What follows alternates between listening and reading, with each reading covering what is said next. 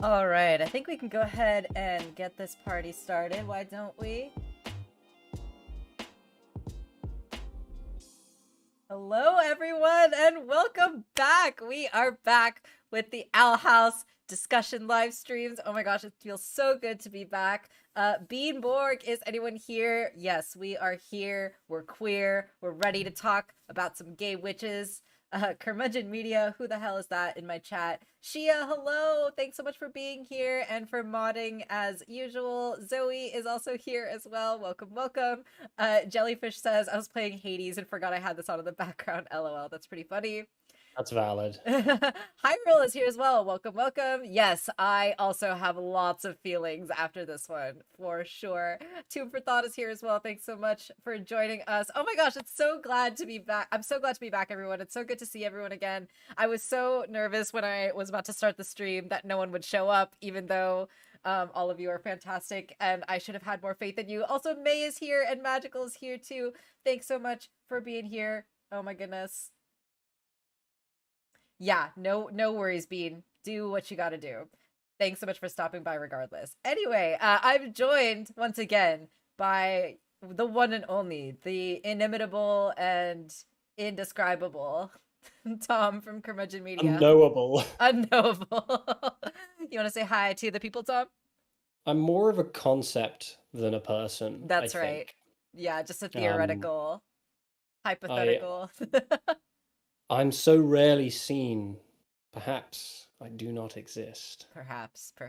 But today we get to at least hear you and your lovely voice and your lovely thoughts as usual. Speaking of your lovely voice, you just dropped a new video recently, didn't you? I did a mere hour ago. I uploaded another Steven Universe song cover. Yeah. Second song cover, and if anybody's interested at all, it's only a couple minutes long, and I actually sing in this one, so you can hear me flex a little at the beginning with some guitar soloing, and I do a little singing as well. Yeah, it's And really good. maybe you guys won't hate it.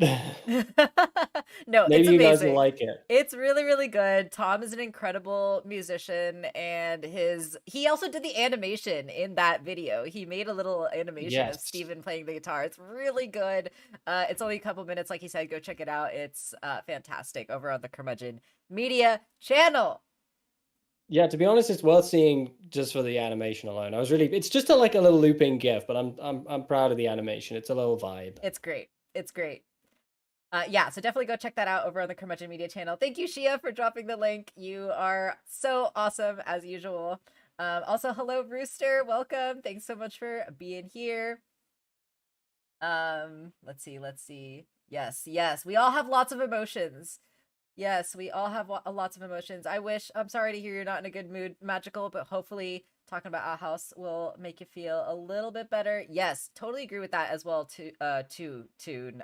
Tom's art is incredible and also deserves all the attention. Thank you, everybody. That's very kind. Yes. All right. And Zoe, you're actually wrong. Real human streamers don't exist. Neither of us are real. True. Neither of us are real. This is just a very high technologically advanced AI computing machine. You can tell it's so advanced because like my hands are having 5 fingers on them. That's how advanced it is. It's incredible. Incredible. Anyway, let's stop fapping about. Let's get into the fucking Owl House special already. Y'all, this was so awesome. I had a great time watching this. I laughed, I cried, I felt all the feelings. It was so like action-packed as well. These are just sort of my overall thoughts. Oh god. That fight scene at the end. Yes. So good. So intense. Very impressive. Yeah, the animation was incredible. So good. Also welcome Sirios. Thanks for stopping by. Yeah, so I have a feeling that we're gonna have a lot to say in our discussion this afternoon. So my plan generally is to continue the discussion next week on Sunday at our usual time as well, since I doubt we'll get through the entire thing this stream. So around the third point, around like 15 or 16 minutes in, we're gonna do like a little check-in and see how we're feeling, see how far we have gotten, see how long we've been talking, and then we will possibly continue it next week if we've already been talking for a couple hours. So let's go ahead and get right into it. Let's go ahead and start right at the very beginning. So we start off right where the last episode, King's Tide, right, left off with King and his line saying, you know, Luz, I'm so happy I had you as a big sister. And then of course we get the kids getting pushed out of the demon realm and into the human realm, right? And then King floating off in the background, but when Luz opens the door again, they are gone. Yeah, I love that we picked up right where we left off. Yeah, totally agree, Magical, that this was Camilla's episode. She was She's been armed with a baseball bat, and yes. I look forward to seeing the kind of damage she can do with that thing. Yeah, yeah. And also totally tuned. The visual subtext and the visual storytelling in this special was incredible. 10 out of 10. Just really, really well done. So many references. So many references. Oh my god, I woke up this morning and Tom had sent me all these different I references in the Discord chat of like all I the had to little restrain myself. Easter I didn't even send you all eggs. of them. I Toon got less. Like I didn't want to bother poor Toon with just like an utter bombardment of screen caps of all the references I noticed. You unfortunately did not get the same luxury. I was completely willing, but I did, even with you, I did restrain myself a little. Yeah, Because there are just so many and they're there's all so so many. funny. My favorite thing about the Owl House approach to making references to things is that if they're going to name something, they do it in deliberately the laziest way possible for the humor, right? Yeah, So yeah. it's like Mad Max becomes Rage Ron, and like Resident Evil becomes Domicile Nefarious or some Yeah, shit like that. Like yeah. it becomes something real dumb It's that nothing would literally ever be called. it's like they just went onto like the thesaurus.com and just like put in the title and like just pick the first two words of whatever came back to them. Yeah, and it's deliberate because it's very funny. But then the one thing they don't do it with is Hades, which they just call Hades. Yeah, yeah, yeah. It's the one thing, it's the one video game from our actual universe that just exists wholesale. Exactly, Um, exactly. Oh my More on that gosh. later though. Yeah, yeah. More on that later. We'll get to that. There's so many references, so many Easter eggs that I missed that Tom got because he knows everything. He has an encyclopedic knowledge of all things media, so he got like all the references that I didn't get. This opening scene is super, super adorable, right? Like all these poor kids are freshly traumatized from their last experience, but they're so freaking polite as they help out Camilla in the kitchen, right? Gus helping her wash up after the dinner and everything, and Amity trying to be like the good you know, girlfriends to her mom, or her girlfriend's mom, not her mom's girlfriend, her girlfriend's mom, trying to be the good impressive person and give the cup of tea, right? And she's just really cute and it's really sweet. Also, can we talk about the spooky bandages that Luce pulls out of the cabinet of the medicine cabinet with 10 lighthearted designs, which has these little characters on it that very much resemble Hootie, Ida, and King, which I think it's like metaphorically rubbing salt into Luz's wound, right? Because we know that Luz is already in this state of mind of like blaming herself for what happened to these characters, right? So I thought it was just kind of a little funny and a little ironic that she's like using these bandages to patch herself up, because yeah, it's just like rubbing salt in the wound kind of. I like to imagine that these designs, these band-aids, were one of Stan Pine's various business Yeah, misadventures that's after he right. met after he met what is it she called herself? Marilyn? That's right. Is Yeah, that what yeah, she called yeah, herself yeah. after he met her and she took him for everything he's worth in Vegas? Yeah. Oh my god, that's so funny. And at some point during their, presumably heavily drug and alcohol fueled bender, he accidentally created a mascot for a friggin', I don't know. Yeah. Yeah. Oh my gosh. Who Yes. knows? Totally agree with everyone in the chat that Camilla is the best. She's also a MILF. I'm gonna He just is. go ahead and speak my truth and be There's brave. no point in pretending There's no otherwise. point in denying the truth anymore, people. Camilla is Yeah, a MILF. She is like peak yeah. MILF, okay? It just is, and she's got guns. I'm I have no tired. doubt she can. I'm tired of censoring myself. I'm gonna speak my truth. I have the people can expect a lot of Camilla fan art from me, and they can expect a lot of V because I love Good. V's Oh, design. yes, V was so good in this Um, episode too. I want to highlight. I was going to bring it up later when we actually get to the part when we're looking at the screen, Yeah, her yeah. laptop screen. Jellyfish brings up the fact that Spencer wanted the animation for Hades and for the Hours. That is absolutely correct. That's likely why that they just stuck Hades in there wholesale. Spencer One's animation studio did the animation for the Hades trailer back when that came out. Moreover, Spencer One himself personally animated the horniest GIF of all time that is from that trailer. And if you know Hades, you know exactly the GIF that I'm talking about. And I'm just gonna leave it at that. Yeah. But yeah, that is true. Do we know? I mean, presumably Spencer One didn't have anything to do with this. I think he'd long since he didn't have anything to do with season 2. He left that. Oh, did Oh no, he? that's I don't not know. true. That's not true. There were a couple of bits I think in the season 2 opening credits that Spencer Wan did, which were carryovers from when he was still working Yeah, that's on the interesting. project. Yeah. So that's a fun little Easter egg too. There's so many fun little Easter eggs in this special. Um So many. yeah, yeah. Yeah, so let's get back into it. You know, Hunter and Luce have a moment aside, right, where they're going through some really similar stuff right now, right? Like they both have these like secrets that they're keeping to themselves because they're worried about how other people are going to react to them, but they are kind of in this at least together. I really love Luce and Hunter's relationship in this episode. Like I really love how far Hunter has come in terms of like how he trusts other people now and just like how much he's grown as a person and a character. I think like that's something that was really highlighted in this special is just kind of Hunter's growth and his relationships with everyone around him, and I really loved him and Luce in this episode a lot.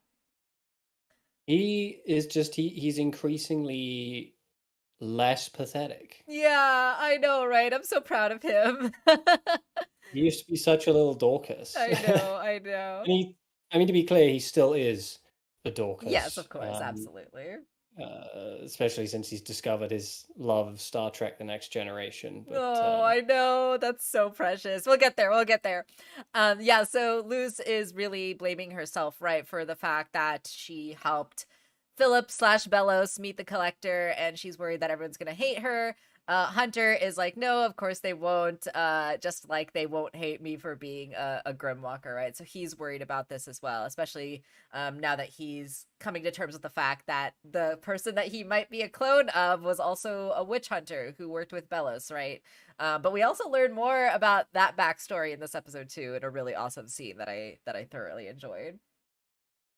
yeah, turns out Caleb just wanted some of that witch poon. Turns out Stop. that's I was not ready for you to say that. he just he just he just wanted some of that some of that I'm, spoopy. I'm fucking muting your mic. He wanted some of that spoopy poontang. Oh my god, I hate you so much. You say that every I time, and yet know. and yet here I remain. Uh, Okay, just boot me from the stream or stop complaining about it. oh my gosh. Oh my gosh. Ugh. Tom, exactly. She, None of exactly. you are ever gonna do anything to stop me. So just accept it at this point. Oh my god, oh my god. Okay, so Just Camilla accept it. Camilla is being caught up by the rest of the kids on what happened in the demon realm, and Willow says, we don't know what the collector is or how Bellows found him, right? And of course Luce has this like nervous moment of like, well, who knows if we'll ever figure out how that happened, right? Knowing full well that she is the one who helped that happen. But yeah, of course, Camilla was fucking amazing in this episode. I love how she just like you know, didn't question anything. She like was not upset with Luz at all. She was just like so ready to like adopt all these kids and like take them under her roof and you know, protect them and keep them safe and just like give them what they need. She's so great. She's such an incredible mom, and I love that she's really stepping up for Luz and her friends here. And of course, she says, you know, those famous last words, "You're safe here," right before we get the ominous shot of the bellow scoop hopping off the sidewalk. You know, the one time that America's utterly terrible lack of gun control would have been really helpful, and no one here has a gun. True, true, true, very true. Just like blasting Bellows in the fucking face. Do you think a bullet would destroy him though, or would it just like I make think him into a that puddle? I can't help but think that like just a big shotgun would have done something. Right, or they need a rocket launcher like in the season 2 episode of Buffy. Yeah, just yeah, no weapon There it forged was, by people. man. I hope you got out your discussion stream bingo cards. There was the Buffy reference. Oh my gosh. What does the bingo card look like? Buffy reference. Tom says something horrible and cursed. Everyone groans and screams at Tom. Yeah, that's definitely on there. Yes, I agree with that, Rooster, as well. I'm so glad that Hunter just like has a place. He has a family now, right? Yes, yes. Let Camilla have a gun, seriously. She has this like bat, right? And we all know that that's not what originally she was gonna have. I feel Yeah. like originally she would have had something a little more creative than a gun, though. She strikes me as the kind of person who would just whack some nails through a Right, yeah, paddleboard. exactly. Or like Absolutely. maybe she'd just use a kitchen knife, like a meat cleaver. Yeah, yeah. Oh my gosh. Oh my gosh. Yeah, that's true. She has her sandal. She doesn't need a gun. That's right, Zoe. Um, Maybe they need to do the thing and they use a flamethrower. yeah, yeah. I love all of the details in the backgrounds. There's in addition to just like the references, there's so much just like character building in the background Yeah. here, right? Like I love this shot, you know, of Gus and Hunter in the basement. You know, they're setting up places to sleep.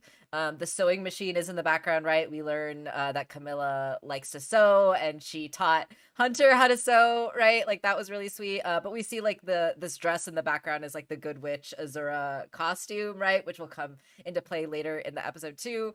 So yeah, just like these little details just really flesh out the world, and it's just really incredible. You could tell that there's was a lot of thought that went into this, right? Like we see in this next shot, right? There's a photo, a wedding photo in the back of Camilla and presumably Luz's dad, right? And the Dominican flag in the background too, right? Just all these little things. And then we see the bird cage here too, right? Which again will come into play later in the episode.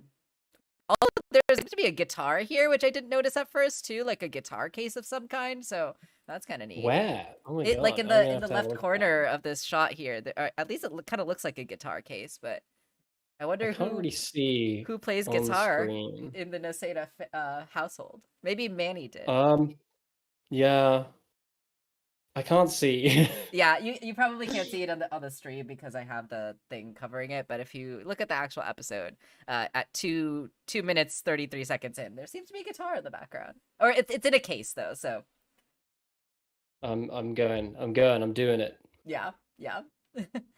Yeah, I definitely want to know as well too how much budget went into this episode, because you can tell they really pulled out all the stops for this episode. And just got that one bit where the animation just increases Yes, the fight in budget scene. for So one good. specific scene. Oh, gotta love it. This is really precious, right? Gus playing with like the bubble wrap, a classic thing to do once you reach the human world for the first time.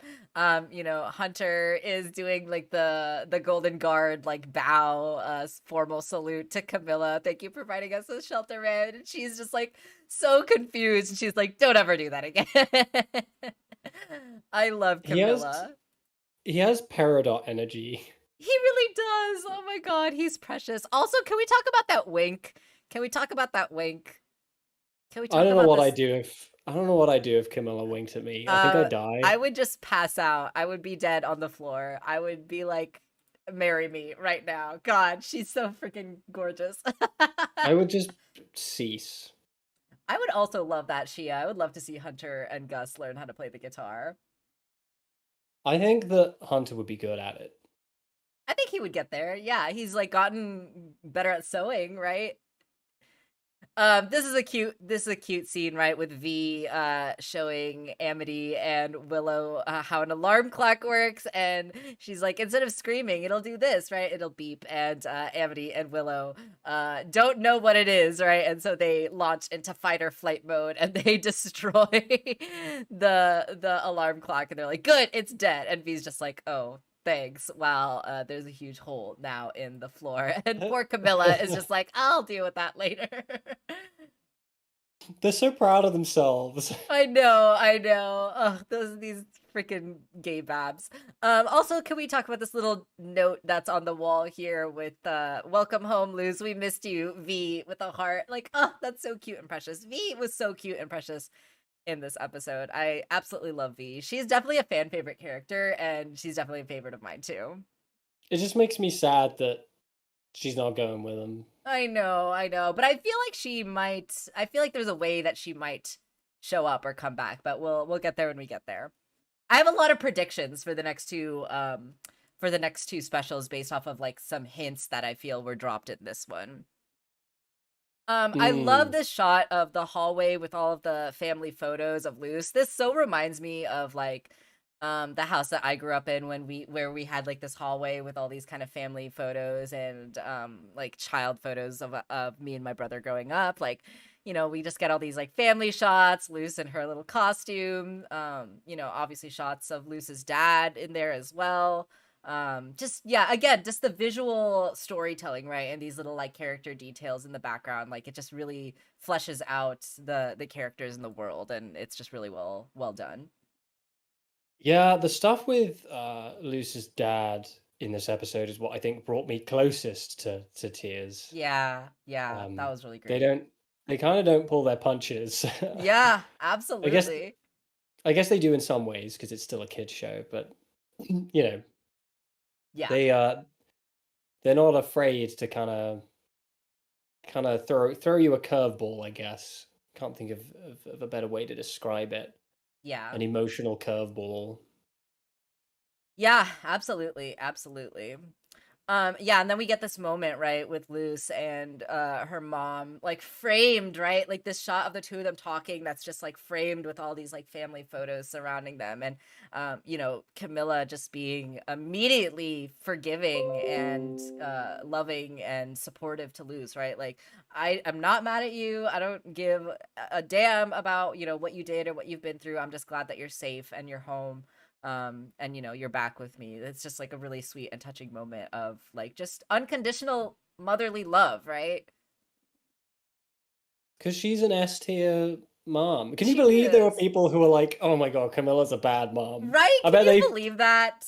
I bet they feel like a bunch of absolute assholes now. I know, fucking The thing is, ridiculous. the thing is that people, when they have like an initial interpretation of something, a lot of people will try desperately to cling on to that interpretation for as long as they can. So I wouldn't be surprised if there are still people out there who are like, you know, Camilla is a garbage mom, and here's why. I'm sure And they'll there'll be be like people out there. nitpicking the craziest stuff, and they're like, "Oh, And leave it you know alone." why people will be more nitpicky with her than they will like some other characters, for example? It's because she's brown. Like, let's be real. 'Cause People she's are gonna brown, be harsher on her, and she's a woman, and she's a as we've woman. as we've seen with many characters. Yep. Yep. People just yeah. People have that higher level of scrutiny for women characters and especially brown women characters. Like, yeah, Camilla's a fantastic mom. She's obviously doing her fucking best, and she's so supportive and so loving of Luz. And anyone who doesn't see that is just bonkers. I really like just while we're on the topic of the family, I really like that they didn't go the cliched route of like, you know, Luz's dad was a walkout Right. or like a deadbeat or he was like he's an absentee. I'm really glad they didn't do that. I mean, obviously there were personal reasons pertaining to Dana Terrace's own life why it's unlikely they would do that. Mm-hmm. Although I don't believe that information was publicly known until after the episode aired. Right. when it was confirmed kind of what happened to Lucy's dad. But I'm really glad they didn't do that. I'm glad that in terms of the family, Camilla and Manny, we don't, we see so little of him, but it's clear they were just like good. They yeah, just good, wholesome people, Yeah. you know. Yeah. And Absolutely. the reveal in this episode as well that I mean, we'll get to it later on. I have more to say about it when we do, but the reveal in this episode that he is the reason that she's so like hyper fixated Yeah. on that On Azura. Yeah. Zura, yeah, which has broader implications as well, which I'll talk about when we get to it. But yeah, Yeah. Yeah. Absolutely. Yeah, also I want to point out something that Toon said in the chat here where he says, I was surprised the Manny stuff played as big as a role it did. Honestly, I'm really glad that they brought it back and that it did play as big of a role in this yeah, episode, because I would have been kind of like bummed if like they brought it in Reaching Out and it was just like never brought up again, right? Because that's just not how loss works in real life. It's not how grief works in real life. It's not like we have, our one moment of grief and then we move on, right? Like this is something that we carry with us for our entire lives. So I would have been kind of yeah, disappointed if this was like not a big piece of Luce's character, which is evident in this episode that it really is a big piece of her character. yeah. I think you're right when you say loss doesn't just go away, because when they, I mean, loss as a meme, It's people are just still referencing no, loss. no, Is this um no. Here I was thinking you were gonna say something like really like profound and meaningful, and then you just throw stupid memes in my face. Oh my god, I is this loss? have all my regrets. I have so many Okay, regrets. my real non-joke answer, or my real non-joke follow-up to that is I find it interesting that Camilla, she appears to very much have come to terms. She she doesn't seem to be grieving anymore. She seems to have come to terms with all of it. Mm, Which she strikes me as such like a pragmatist. She's very sensitive and yes, she's very yes, loving, but she's like when shit needs to get done, she's the person to make that shit get done. Like, absolutely. whether it be sweeping a bunch of kids under her arm and reading a bazillion books, Or um, beating up a nerdy white guy beating up a incel. nerdy white guy, um, or diving into a freezing cold lake in the middle of fucking fall to save her son. Yeah, yeah, yeah. um she's a pragmatist. She's not like a ruthless pragmatist. She's just a pragmatist. Like when stuff Definitely. needs to be done, she does it. And I can't help but feel there's so much subtext to this episode in terms of how the characters are characterized. I Yeah, can't help but feel like that part of her, I don't want to say made it easy, but it made it more practical for her to overcome that loss. right, right. Because she's got a daughter She's to got a daughter raise. to Like, take what, care of. Yeah, you know, definitely. and she's got to do it alone now. And that, this kid isn't going to raise herself. Yeah, totally. Um, and she's a great mom. And anyone who comes at me saying that she's not a great mom, they better get ready to catch these I hands. know. I'm ready to fight. I'm ready to fight anyone who They doesn't say better Camilla's a get. great mom. She's a freaking amazing mom. They better. Yeah, I mean, I don't want to imply that she's not grieving at all. Yeah, of course. I do think that her like stuffing away all the Star Treks. I'm just going to call it Star Trek because that's what it is. Yeah, Stuffing away all her Star Trek memorabilia. I do feel like some of those boxes have Manny's like name on them. Like, I right. do feel like there's certain elements of it there, but I do feel like as much as a person can, she has come to terms Yeah. with a tremendous loss. That's healthy. I'm not saying she doesn't care. I don't want to seem like Yeah, like I'm saying yeah, she doesn't of care. That's course. good. That's good. That's healthy. Yeah, I think Luce is clearly still, yeah. I think yeah. in many ways her obsession with healthy obsession. I don't want to make it sound like it's bad, but her Right. her her her love of, not obsession, but her love of good witches are in many ways I feel like is a part of her just clinging on Yeah, um definitely. to her father in whatever way she can. Sure, Um, sure. This episode was really, really good. I'll be honest, I was not like season 2 of The Owl House. I didn't love. I really liked it, Yeah. but I didn't love it. And then I watched this, and it kind of pulled me right back in, Yeah. and I really loved this episode. It's imperfect, but I also don't care. Yeah, I yeah, of I don't give course. I don't give a rat's ass. Yeah. I'm rambling. I'm rambling. Carry on. Anyway, so we get this little montage sequence now, right? We get a I love the music also in this montage sequence. Can we talk about the music? It's so like fun and catchy. It like gave me like 80s montage vibes while also like being the remix of like the Owl House theme. It was just like it was really fun and Yeah. catchy. But yeah, so they decide they're going to like refurbish the abandoned house essentially, right? I love this scene too. Also, yeah, again, the visual storytelling, this whole sequence is like without dialogue, right? It's just music and montage and visual storytelling, and it was just so well done, so excellent.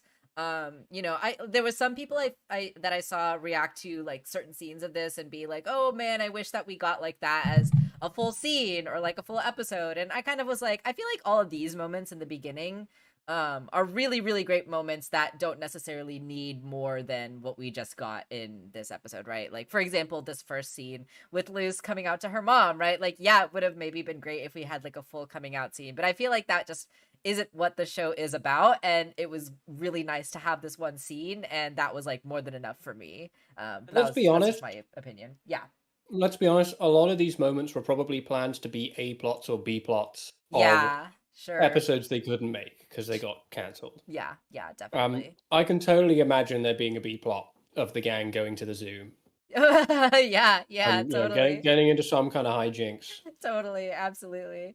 Yeah, shout out to Brad Breek. He's the composer for the show. Absolutely too. They just told him to go nuts, and he just like pulled out all the stops. Let's talk Brad, about. yeah, Oh, go ahead. Brad Breek, Brad Breek loves to make really explicit references to other music and Mm-hmm. other films and stuff. He's a big, big nerd. Yeah, He did the music for We Bare Bears, which makes a ton of references to really specific pieces of music, like yeah. Oh my God, the Fargo theme. Yeah, the Fargo theme, yeah. The Carmen, the is that a musical or an opera? I think it's an opera. yeah, yeah. Um, there was a lot of Wes Anderson in this Oh, special. There really? was a lot of Wes Anderson, yeah. Yeah. And I know you've only seen the Grand Budapest Hotel, but there are specific pieces of music in this which are very, very like that. There's loads in this that's a lot like other movies he's made, but there's a lot of Wes Anderson in the music, Yeah. which is a good thing. Everybody loves Wes Anderson. Of If they course. don't, Yeah.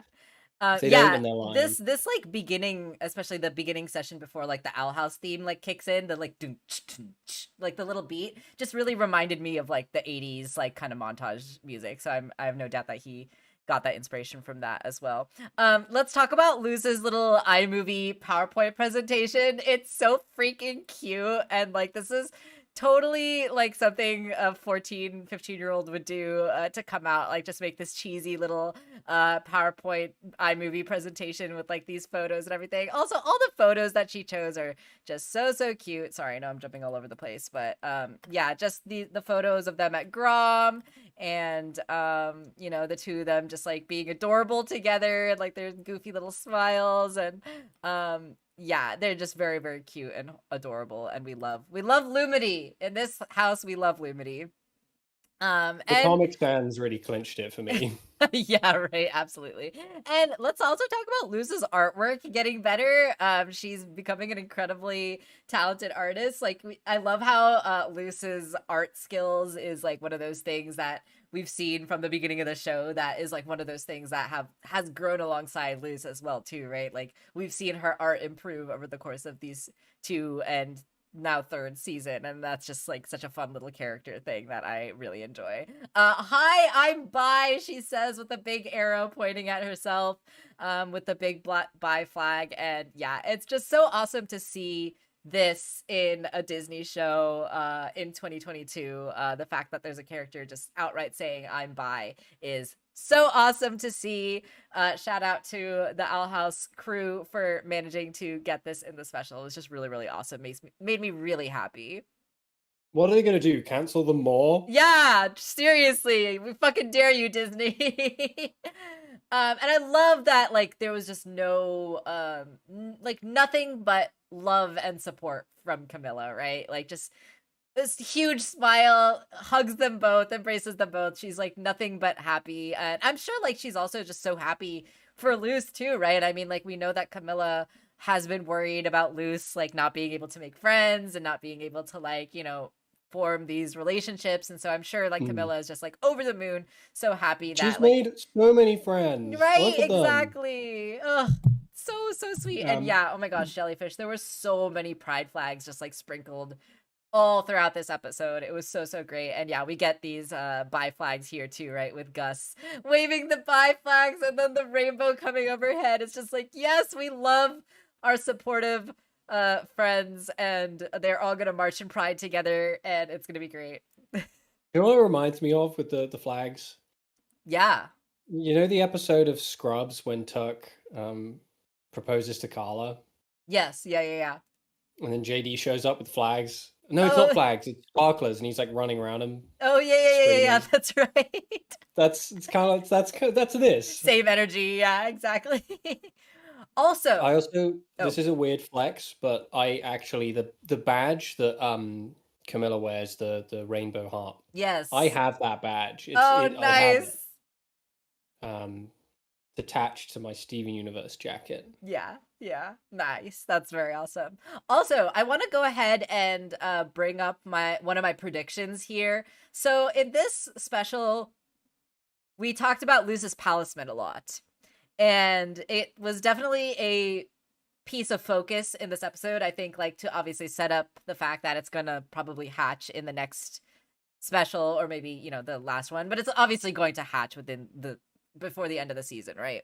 And it's gonna be a snake. And It's it's gonna be a gonna be a friggin' snake, snake. right? It's going to be a snake. I feel like there was so many hints in this episode that hinted towards Lucis Palisman being a snake, and one that I didn't even notice until right now. On Lucis' laptop is an aurora.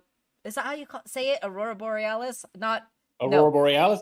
Aurora At this borealis time is of the light year, thing, at this right? time of day, in this part of the country, No, localized entirely no. within your What's kitchen. what's the snake called? What's this? It's not Aurora borealis. What is the snake eating its tail called? I don't know. Its tail. Snake eating its tail. Ouroboros. That's what I meant to say. Ouroboros. Not Aurora borealis. Luz has the Ouroboros snake, the snake that's eating its own tail, as a sticker on her laptop. That's a hint. I mean, when you look at the egg and you look at the way it's formed in like a spiral shape, you can imagine the egg not hatching, but like unraveling into a snake. Right. Yeah, totally. Also, yes, thank you, everyone. Thank you in the chat for letting me know. It's Ouroboros. Thank you. Yeah, I definitely think there was a lot of snake hints in this episode, and I didn't even notice the sticker on Luce's laptop, but that was another one. Snake hints, or snints, if Snints, you will. as they call them. We get a shot, right, of Flapjack, who is pecking away at the floor, and the other palismen are looking concerned and confused at what the heck this little guy is doing. We obviously find out later what he's up to. This is so sweet, right? And like just definitely tugged on my heartstrings a little bit, where we get this shot of the kids. They drew their parents, right? They drew their families, and they're putting these photos up on the wall. And Gus draws his dad, Willow draws her dads, and they're like, we're fine, Willow. Like, oh my gosh, my heart. Amity draws Edric and Umra and Alador, right? Everyone except for her mom. And I love that. I love too that like all of the characters, all of the kids have their own distinct art styles as well, like their own drawing styles. And Amity's art style is like that, 14-year-old trying to draw manga for the first time art style. Yeah. It's just really cute. I wonder if because Guitar Dad. Yeah. Whenever Steven does art in Steven Universe, this is relevant. I'm not trying to make a tangent for no reason. I think one of the art directors would get their son to do the art. Mm. And I wonder if they did the same thing here, where they got like a loved one or a friend to do to do the art. Yeah, like someone's kid. That would have been So cute. that, because it's really like that's the best way to make it convincing, isn't it? Like it's hard for an artist Yeah, to deliberately downgrade their own art style. Like that's genuinely totally. challenging to do. Totally, totally. Yeah, Toon also brought up the egg coil theory. I think that's a really good theory. I feel like that's super If that plausible. happens, I will boast about it till the end of Yeah, time. yeah, absolutely. And then one more thing about this shot with all the family members too, right? We get this last moment of Hunter kind of like looking forlorningly at like these portraits. And then of course Flapjack, you know, sitting on his shoulder with the scar on his eye too, right? So just again, like the visual storytelling. I feel like this shot as a frame on its own is just like so moving, like so compelling, right? Of just like Hunter looking sadly at like his friends missing their families and how he doesn't have one, right? Which is obviously something He that does. It's Daddy it's Darius. Daddy Okay. Darius. It's true.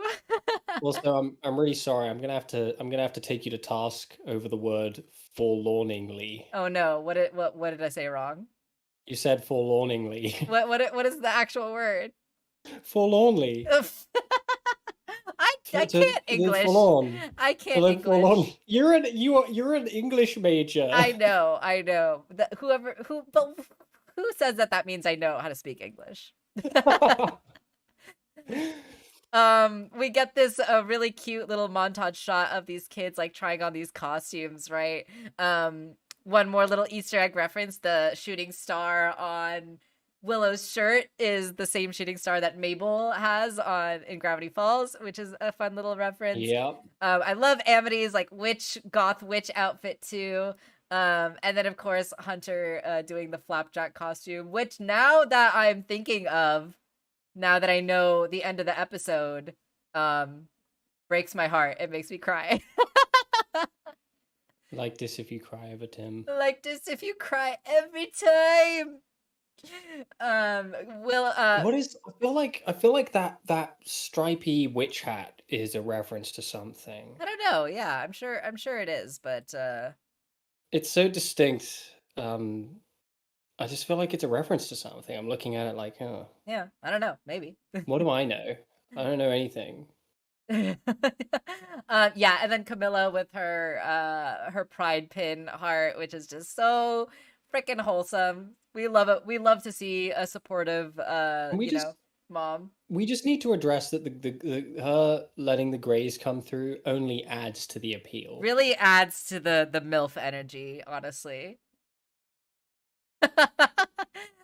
So we also get this little moment, right, with V, where she reveals her new kind of human form that she wants to take on, right? She's no longer going to copy Luce's appearance, and now she has her own distinct appearance, and she's adorable. I love her design, and the fact that Michaela Dietz voices V as well just like makes her 1,000 times more endearing as well. Like just hearing like little Amethyst Splob It's just voice like Amethyst. coming out of her is just amazing. Like I love Michaela Dietz so much. She's an incredible voice actor, and she's like perfect for this role.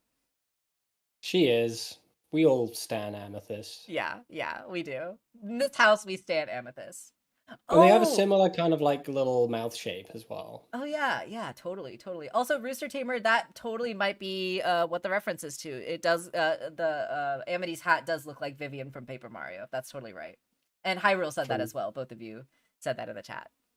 a reference to Chris Pratt from Paper Mario. Stop. Not even gonna humor me. It's like, no. Just no. We don't do that here. Yeah, and then we get this moment of Hunter with the book, right? He's learning about the history of Gravesfield and the witch hunters, and he sees this cover with the two Wittebane bros, and then we get that moment, right, where he's looking up in the mirror, and his reflection changes, right, from Hunter to Caleb to Bellows, right? And he's just like so freaked out. And that actually is such an interesting foreshadowing for later in the episode too, right? Like I didn't even kind of connect those dots of like, Hunter getting possessed by Bellows. God, this episode is so good. Also, can we talk about the fact that one of the toothbrushes is like taped to the wall for some reason, like upside down? I feel like I know there's one taped to the side of the cabinet as well. Yeah, yeah, it's weird. I feel like they didn't have enough room Right, in like, in the the on the thing. sink counter. Or is that like a little vine that's attaching it? I can't Oh, see. maybe, yeah, maybe So Willow, I'm used a wondering if the vine. green one is Willow's and the purple one is Amity's. Yeah, maybe, maybe. Also, Umbreon, that's a really good point. Vivian from Paper Mario is a canonically trans character. So, yeah, it could have totally been a Is reference that there. right? In the Japanese version, she is. In the localized English version, they took it out, unfortunately. But in Love it when Japan, they do that. right? I know, but yeah, she is canonically trans. Well, Yeah, that's neat.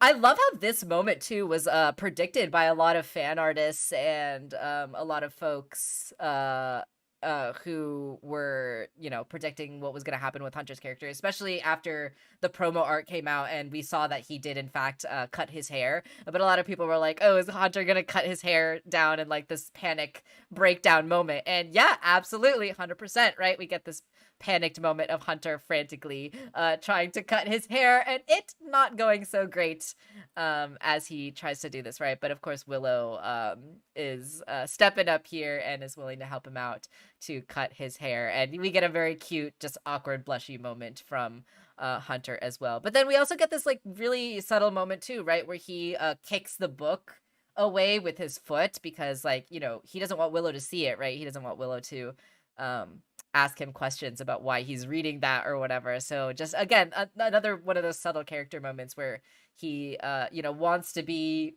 open with Willow, but he's obviously in his body language here too, right? Like he's crossing his arms and he's like closing himself off and he's very awkward and he's not willing to open himself up, right? So I think again, like the visual storytelling in this episode is really they really pulled out all the stops. And I think like even if you just look at this frame on its own, you can like really tell what Hunter is feeling in this moment. He's feeling the butterflies. He got a also little crush. also I love Hunter's haircut. I think it's a really good look for him. He's just slowly becoming me, and I hate that. He does have I feel like your hair does look very similar to this right now. The thing is when I was in like late high school, early university, I used to wear my hair exactly how he did Mm. when he was first revealed, when his face was first revealed. And people kept sending me pictures, and they're like, "Oh, look at this tired blonde boy with a prominent nose. Look, it's you." And it's like, look, don't call me out like this, okay? And then we got the poster, and we saw his hair, and it just looks like my hair now. Yeah. Hunter's literally just you. I was like, come Data on, dude. Data Terrace stole your likeness. She keeps breaking into my house and like watching me while I sleep, and she thinks I don't know that she's there, but I do, and it's really weird. And I wish she'd Again, stop. she's pulling an Angel and you're her Buffy. Yeah, but it's sexy when Angel does it. Oh my gosh. I love this moment too, right? Where they are trying to build the portal and they accidentally start a fire and Gus shows up with the fire hydrant and he's like, "I'm ready to fight this fire." And he's like swinging the fire hydrant around and V shows up and she's like, "No, no, no, no, no. This is how it works," right? And she uses the fire properly or fire extinguisher. I love how V is like the resident human expert amongst like all the kids. Like she knows the most. She's like teaching them Why, about the like, human world. Like it should be loose, but it's not, it's because right. honestly, loose didn't really understand the human world all that much anyway. Totally, totally, totally. Yeah, so I love that V is like this person that like knows everything about the human world. And then of course we get a moment, right, of Luce feeling disappointed, feeling like they're not getting anywhere, and Amity just taking a moment to comfort her. This is also a very cute moment of the kids making some sort of abomination monstrosity cake thing for Lucy. What is it made out of? I Like, don't think even there's know. olives in there. There's like dirt in it. There's like grass coming out of the top of it. There's like candy corn for the teeth. There's like a piece of broccoli. There's like a leaf that they found on the There's definitely ground. some like stuffed olives for the eyes. Oh yeah, totally. So who knows what the hell this goop There's a is? Dorito in Oh, there, there's I like think. bananas in there too. Yeah, it's gross. Oh no. And V is just like, nope. Do not eat this. What is wrong with these people? I know, I know. I love the music when we transition to this part too, right? With the snail. Also, I'm pretty sure this snail is a reference to Amphibia as well. This snail looks remarkably like Bessie. Things are getting messy. And then we get this really just sweet moment, right, of Luce and Amity going out into the rain. Obviously, Amity experiencing the non-boiling rain for the first time. V going out and jumping in the rain. Gus and Hunter jumping out into the mud, and yeah, just a really sweet, wholesome moment. And Willow taking a photo of the gang, right? Yeah, just I love how we just sort of get these glimpses of how these past few months have been going for these characters.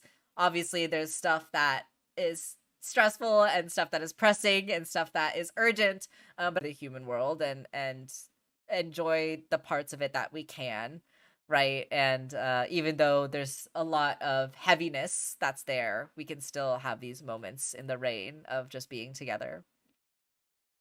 Yeah, it's still spoopy, but it's Yeah, nice to have some cutesy with the spoopy as well. definitely, definitely. And it is spoopy. There are some bits in this episode that are pretty spoopy. Oh yeah, oh yeah. They definitely cranked up the horror for this episode as well. Like over the garden wall levels of spoopy. Totally, totally. The fucking friggin' animal carcasses. Ugh, yeah, oh my gosh, the deer skulls and everything. Ugh, creepy, creepy. Um, the timeline is a little wonky. Yeah, maybe someone will have to lay it all out. And then of course like Luce drawing, right, in her notebook, and we see again like Luce's art skills have improved so much. I love her little drawings of Ida and Lilith and Hootie and King. You know, she's just really come a long way both as a witch and as an artist, right? And as a And she's character. practicing her fundamentals. Her fundamentals, absolutely. You can see like the sketch here in the back too, right, with like the sketch line work and everything. And yeah, she's drawing the light glyph, right? And this is a little hint as to what's going to happen later in the episode as well, right, where she um finds out later the light glyphs work when you are closer to the Titan's blood, which is a really brilliant little mystery solving tool that they had in this episode. Also, there's a sticky note on Luce's board that says "Heart You Luce" from Amity. Adorable, so cute.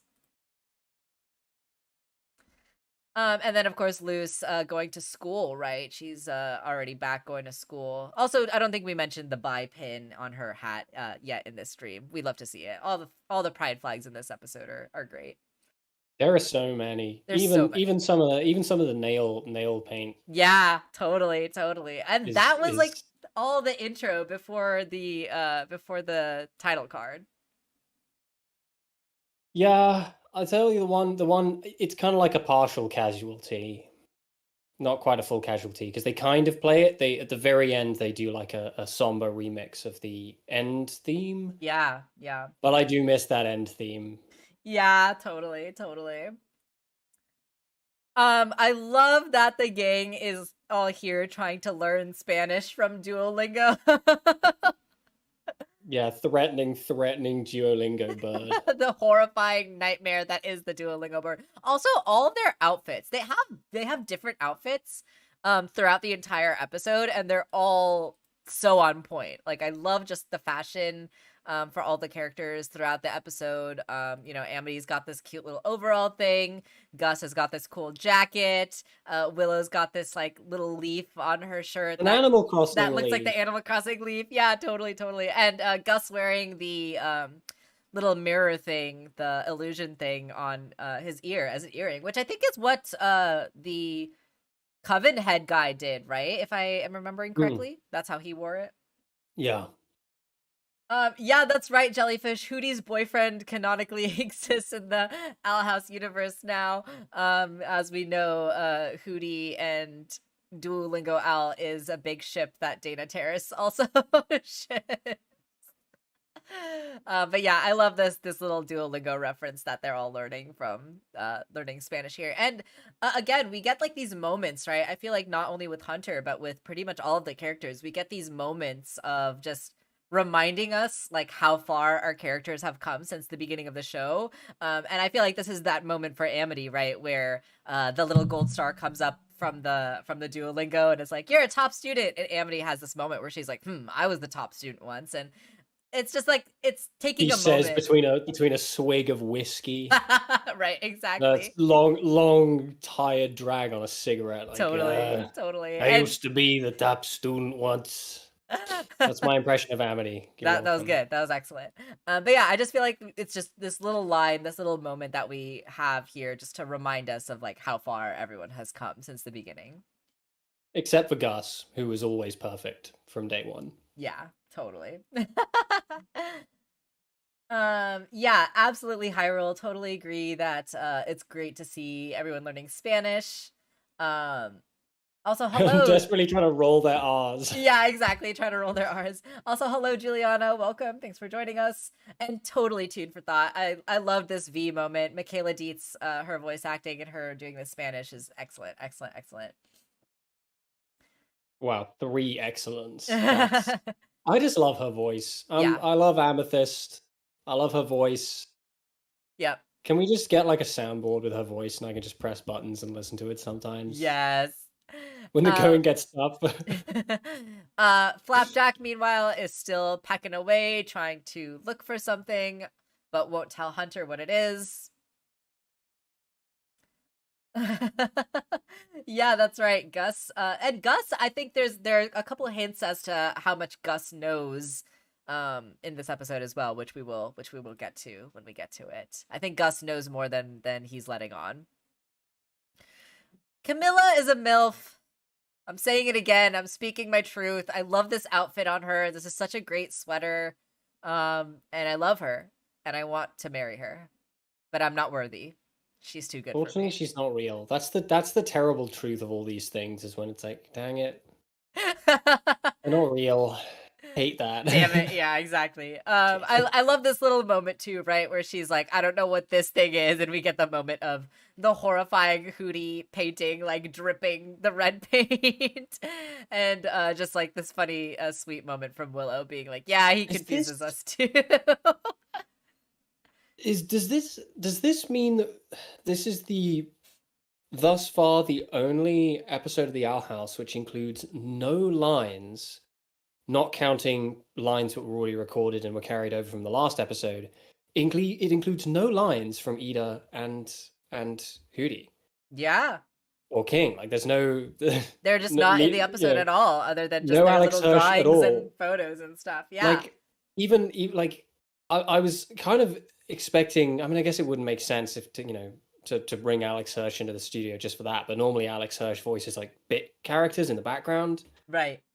which he doesn't here. But that makes this Ed, the other guy on our channel, just got to the bit when Flapjack dies. No! just right now sent me a message screaming Flapjack no. No. But yeah, no, does that there aren't any other episodes that have no Ida or Hootie in them at all. Are there? Like I can't think of There was any. the episode in season 2 with the kids, right? What was that episode? Episode in season 2 with the kids. Was that Any Sport in a Storm, according to Toon? Was there no Or Labyrinth Runners? Were they in that episode? I don't remember. Normally they show up at like the very end or something. Like Something they're like not that, yeah. literally not there at all. Like they'll be there. God, I don't know. I mean, we've had episodes with no Lucen. Oh no, we haven't, have we? I don't know. So I don't people are remember gonna have anymore. to tell Well, me. I'll have to rewatch the show. Make sure to practice your Spanish, otherwise Duolingo Al will appear in your nightmares and he will kill you. If you die in your dream, if Duolingo Al kills you in your dream, you also die in real life. That's just how it works. Did you just make a reference to a movie you've never seen? I've seen Inception. That's what? Inception, right? What? No, that's Nightmare on Elm Street. Oh, okay. I have not seen Nightmare on Elm Street. You sometimes Wait, you say Inception is if things. you die in the dream, you don't die in real life. Never mind. They literally die in the dream several times in that movie. Never mind. I take it back. Sometimes you say things that I feel like you've personally engineered to hurt my feelings. Absolutely, 100%. Um, Camilla is like, I'm gonna go pick up Luz from school. Pop quiz. How do you say that, right? And then we get this very cute moment from Hunter trying to say it in Spanish, but of course V is a lot more practiced, and she's the human expert, right? So she's able to speak Spanish fluently. Yeah, Gus is no longer the resident human expert, is he? Yeah, it really is Been V. usurped. It's V, yeah. V um, is so fantastic. V is so cool. she is. Like, She's very cool. V is just really cool, and I appreciate that. I'm gonna draw so much V, like you don't even know. You There's gonna be should. so much V fan art. Hell yeah. I love this little moment that we get from Camilla too, where she's just like, I never expected to be a mother of 6. She really is the MVP in this episode. She is, and she didn't expect to be a mother of 6, but she is, and you know what? She's nailing it. Yeah, she Someone really gotta is. tell her. Someone gotta be like, Camilla, you're fucking nailing this. She's doing You're great. doing a great job, girl. um, Slay, queen. Amity is like, let's take a break. You know, we've been here for months. We haven't made any progress on the portal door. Maybe we should start looking around town, right? Looking for clues and try to. But I also love how that we have this moment of just like you know, the kids wanting to help out around the house, like Gus making mustard ravioli, which sounds so god awful, like a crime against cooking. Those The weren't the weird thing kind is of that it's so close to not being a crime because you typically put mustard in cheese sauce. Like mustard is a That's standard right. ingredient Yeah. of cheese sauce. But like, can you imagine just using mustard? Like I like to think that's how he reverse engineered it. Like he was flicking through Yeah. recipe books. He's like, oh, Mustard. mustard Yeah. and cheese sauce. I like mustard. Let's just do mustard. Right. Let's just skip. We don't need the roux. We don't need the anything else. We'll just do the mustard. We can just buy some squirty mustard, dump it on some. An American mustard isn't even real mustard. It's extra gross. Yeah. Yeah. Yeah, so I would not want to eat that, Gus. And then I love this little moment too with Hunter being like, I can help fix damaged clothes. I love that Hunter has picked up sewing. That's just like such a adorable little like quirk that he's picked up. And you know, he's been sewing all these patches onto the sweater. And this is a reference that I missed the first time, but he has one of these patches with a triceratops skeleton on it that says Yeah, Dino it's Jurassic Land. Park. Yeah, it's a Jurassic Park reference. That's Can we great. just like? I genuinely like this jacket. Like, this is the kind of weird fashion that I think somebody could pull that off. You should cosplay Hunter and make this jacket. I don't have the skill to make that jacket. You can learn just like Hunter. That's true. I can learn. If Hunter can do it, so can I. I'm not kidding though. I genuinely like that jacket. I Yeah, think it's really cool. it's a cool look. Hunter a has some great Frankenstein fashion in this jacket. episode, as we see. Willow making these monstrous plants that look like the freaking Little Shop of Horror plants. I can help spruce up the garden. Meanwhile, Flapjack is pecking away, and we get this idea, right? Amity has this idea of like, let's go explore the town. Let's go look for clues. There's an entire human realm to search, right? And there could be something out there. And I love that Amity's just like, even if Luce is at school, like, let's go explore ourselves, right? Luce explored the entire demon realm on her own. Like, we can do this too, right? I really love that. There is a whole human realm to explore, and I'm really glad they ended up in like a nice suburb, Right. and they didn't end up in like Swindon. Oh my gosh. I'm thinking, can you imagine if they ended up in Swindon and Luce had to be like, okay, welcome to Swindon, and they're like, oh Right. god, Oh my god. what is this? Why is that man lying on that bench pissing himself? And Luce is just like, look, don't make eye contact, Oh my okay? God. And they never go outside because it's Swindon. Jesus Christ. They're never in any danger because it all takes place in. Actually, it would have been better if it took place in Swindon because then they wouldn't have gone outside and found Bellows and all that stuff. They could have just been indoors Oh and my gosh. watched it rain because it's Swindon. Christ. Flapjack has pecked a hole into the ground, which Amity gets her foot caught in and she trips and falls. Come on, Flapjack, this isn't funny anymore. Except there's something there. There's something in the floor. Do you think so there's some theories, right, about Flapjack that are going on ever since this episode came out too, right? About who was Flapjack's original owner, where did he come from? I do think that Flapjack originally belonged to Caleb. That's still kind of my I wonder if Flapjack wasn't because we get that bit later on with the bit of exposition and the right, like cutouts, right. and it has the image of Evelyn holding the bird in her Yeah, hand. So I wonder, because we know that the Clawthorne family and everybody knows at this point that Evelyn is one of the ancestors. right. I think The that's Clawthorne more or family, less confirmed at this point. that's more or less confirmed at this point. We all know. The Clawthorne family they used to make Palisman. That was their whole thing. Right. So I wonder if she made it and her like holding it in her hand as her offering it to him. That's And what it I'm was one that wondering. Yeah, because I think like it's interesting because we get that line later from Bellows too, right, where he calls Flapjack Evelyn. So that's a little like interesting and like why would he do that, right? That's kind of my question. But yeah, I kind of suspect that maybe Caleb was given Flapjack by Evelyn, and maybe Caleb and Evelyn also would travel back and forth between the human realm at one point, and maybe they were the ones who hid the Titan blood, where they hid it in the graveyard, and they hid this map, right, this little treasure map in this house. So maybe that's how Flapjack knew where this was, and he is like, you know bringing it up to help out the rest of the gang, right? So yeah, very interesting that Flapjack like knew where this thing was, and where did he come from, right? I feel like these are kind of questions that were slightly answered in this episode, but we didn't really get a confirmation. So interesting to think about. but soon. Soon we will know. Well, I say soon. Do we actually know when the next? I want to say it's like January, so it's like a few months from now. Hopefully, we don't all die by nuclear oblivion. Hopefully. Yeah, so Flapjack pulls out the map, and they suspect that this has something to do with the portal door, something to do with getting back home. Portal door, Willow and Gus chant. And Amity doesn't want to get too ahead of herself, and it's like, what if it's a dead end? We don't want to bring Luz into this yet. Let's use our beefy brains and figure it out before we tell her. Our buff brains, I'm sorry. And we get this just little cute moment of Hunter just being like, yeah, our buff brains.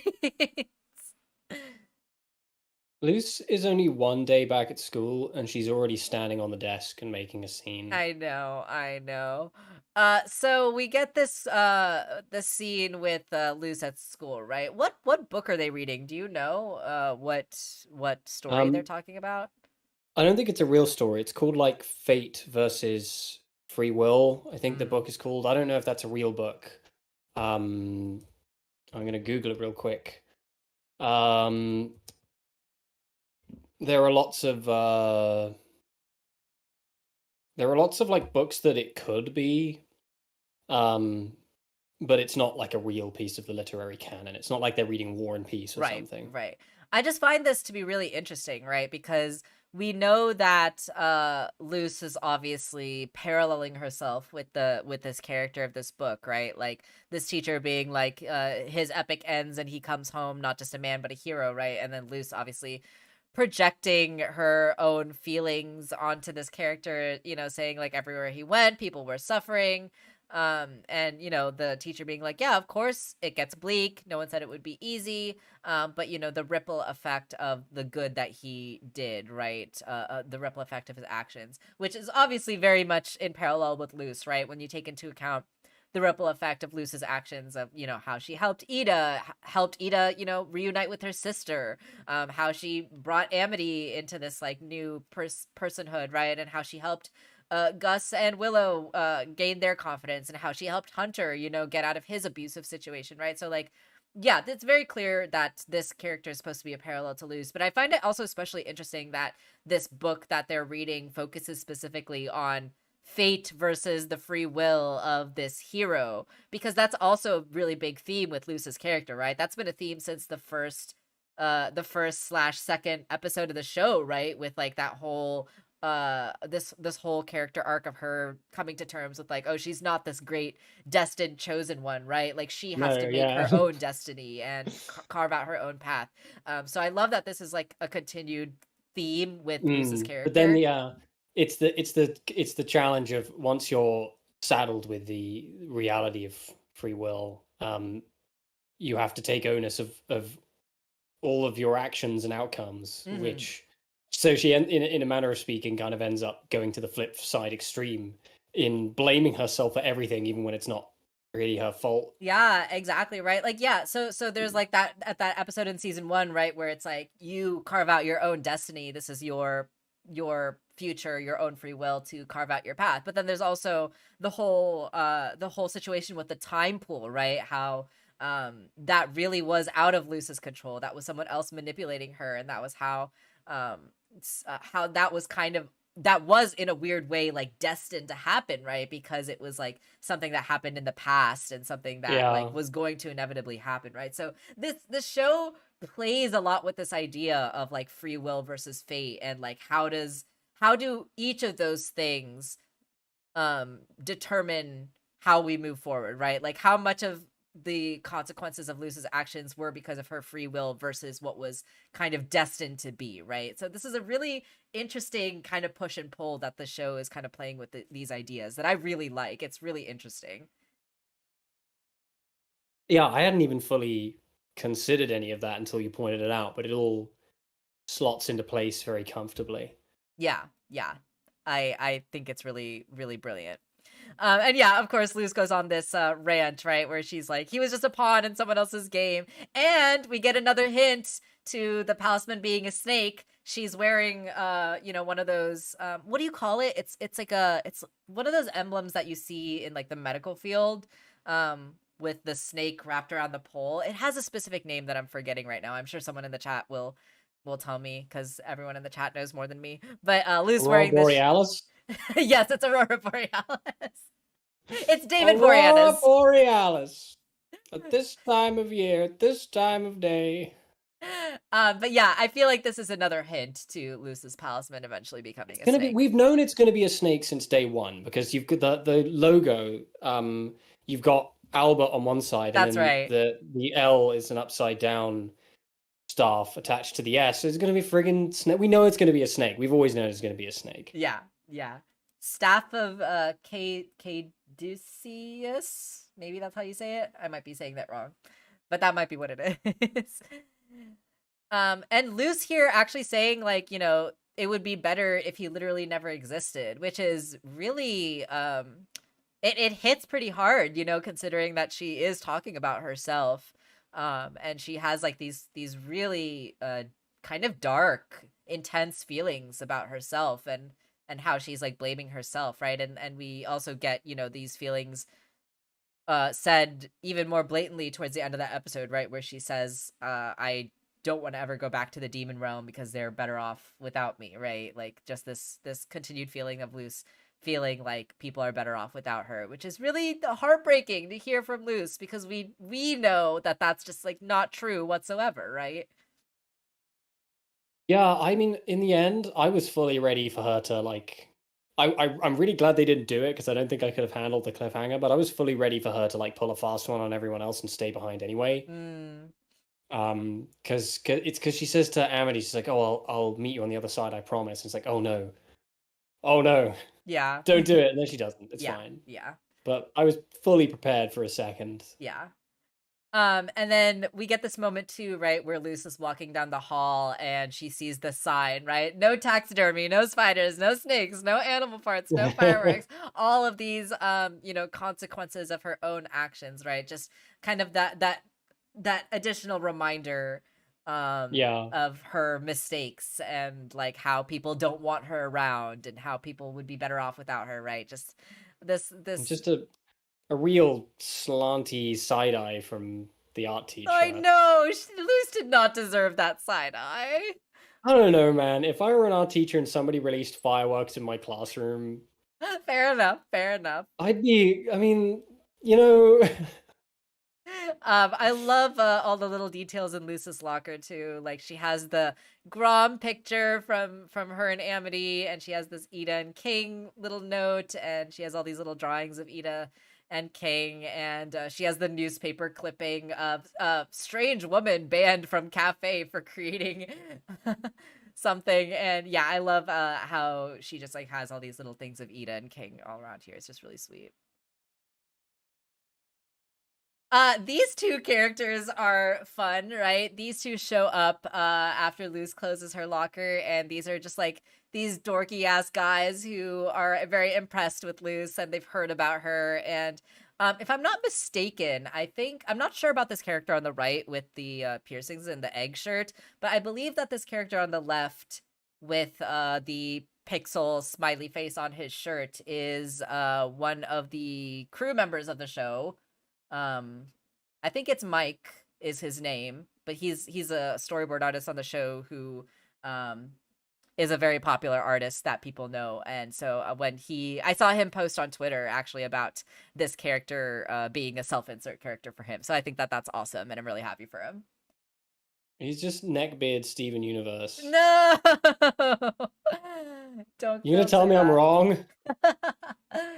Yes, Mike Austin and Bridget Underwood are both of these characters are modeled after. Thank you, Toon, for confirming that. Sorry, I'm catching up on the chat here.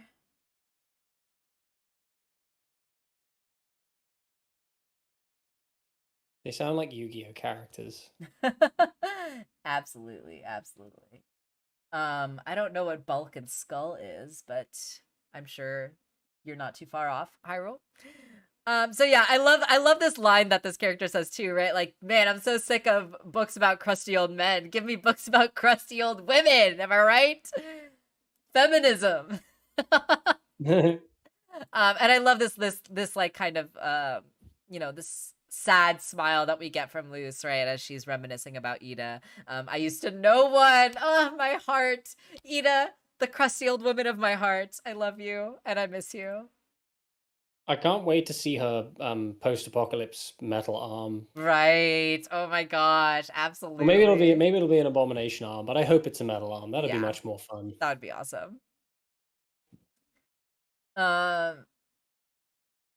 Yeah, so they invite her to the haunted house thing, right? Which is where we get our next big moment. But Camilla and Luz talking. I love Camilla again so much. Like, and I love how this like kind of parallels Ida as well too, right? Where she's like, "Oh, I wish I knew how to make food for your demon friends." And meanwhile, we saw that episode of Ida trying to make food for Luz and being like, wow, I wish we had like food that you could actually eat, and this is like her favorite food, right? So just like trying to make these kids feel at home by making their favorite food. I love that's something that like both Ida and Camilla are considering, and it's just like, they're such moms.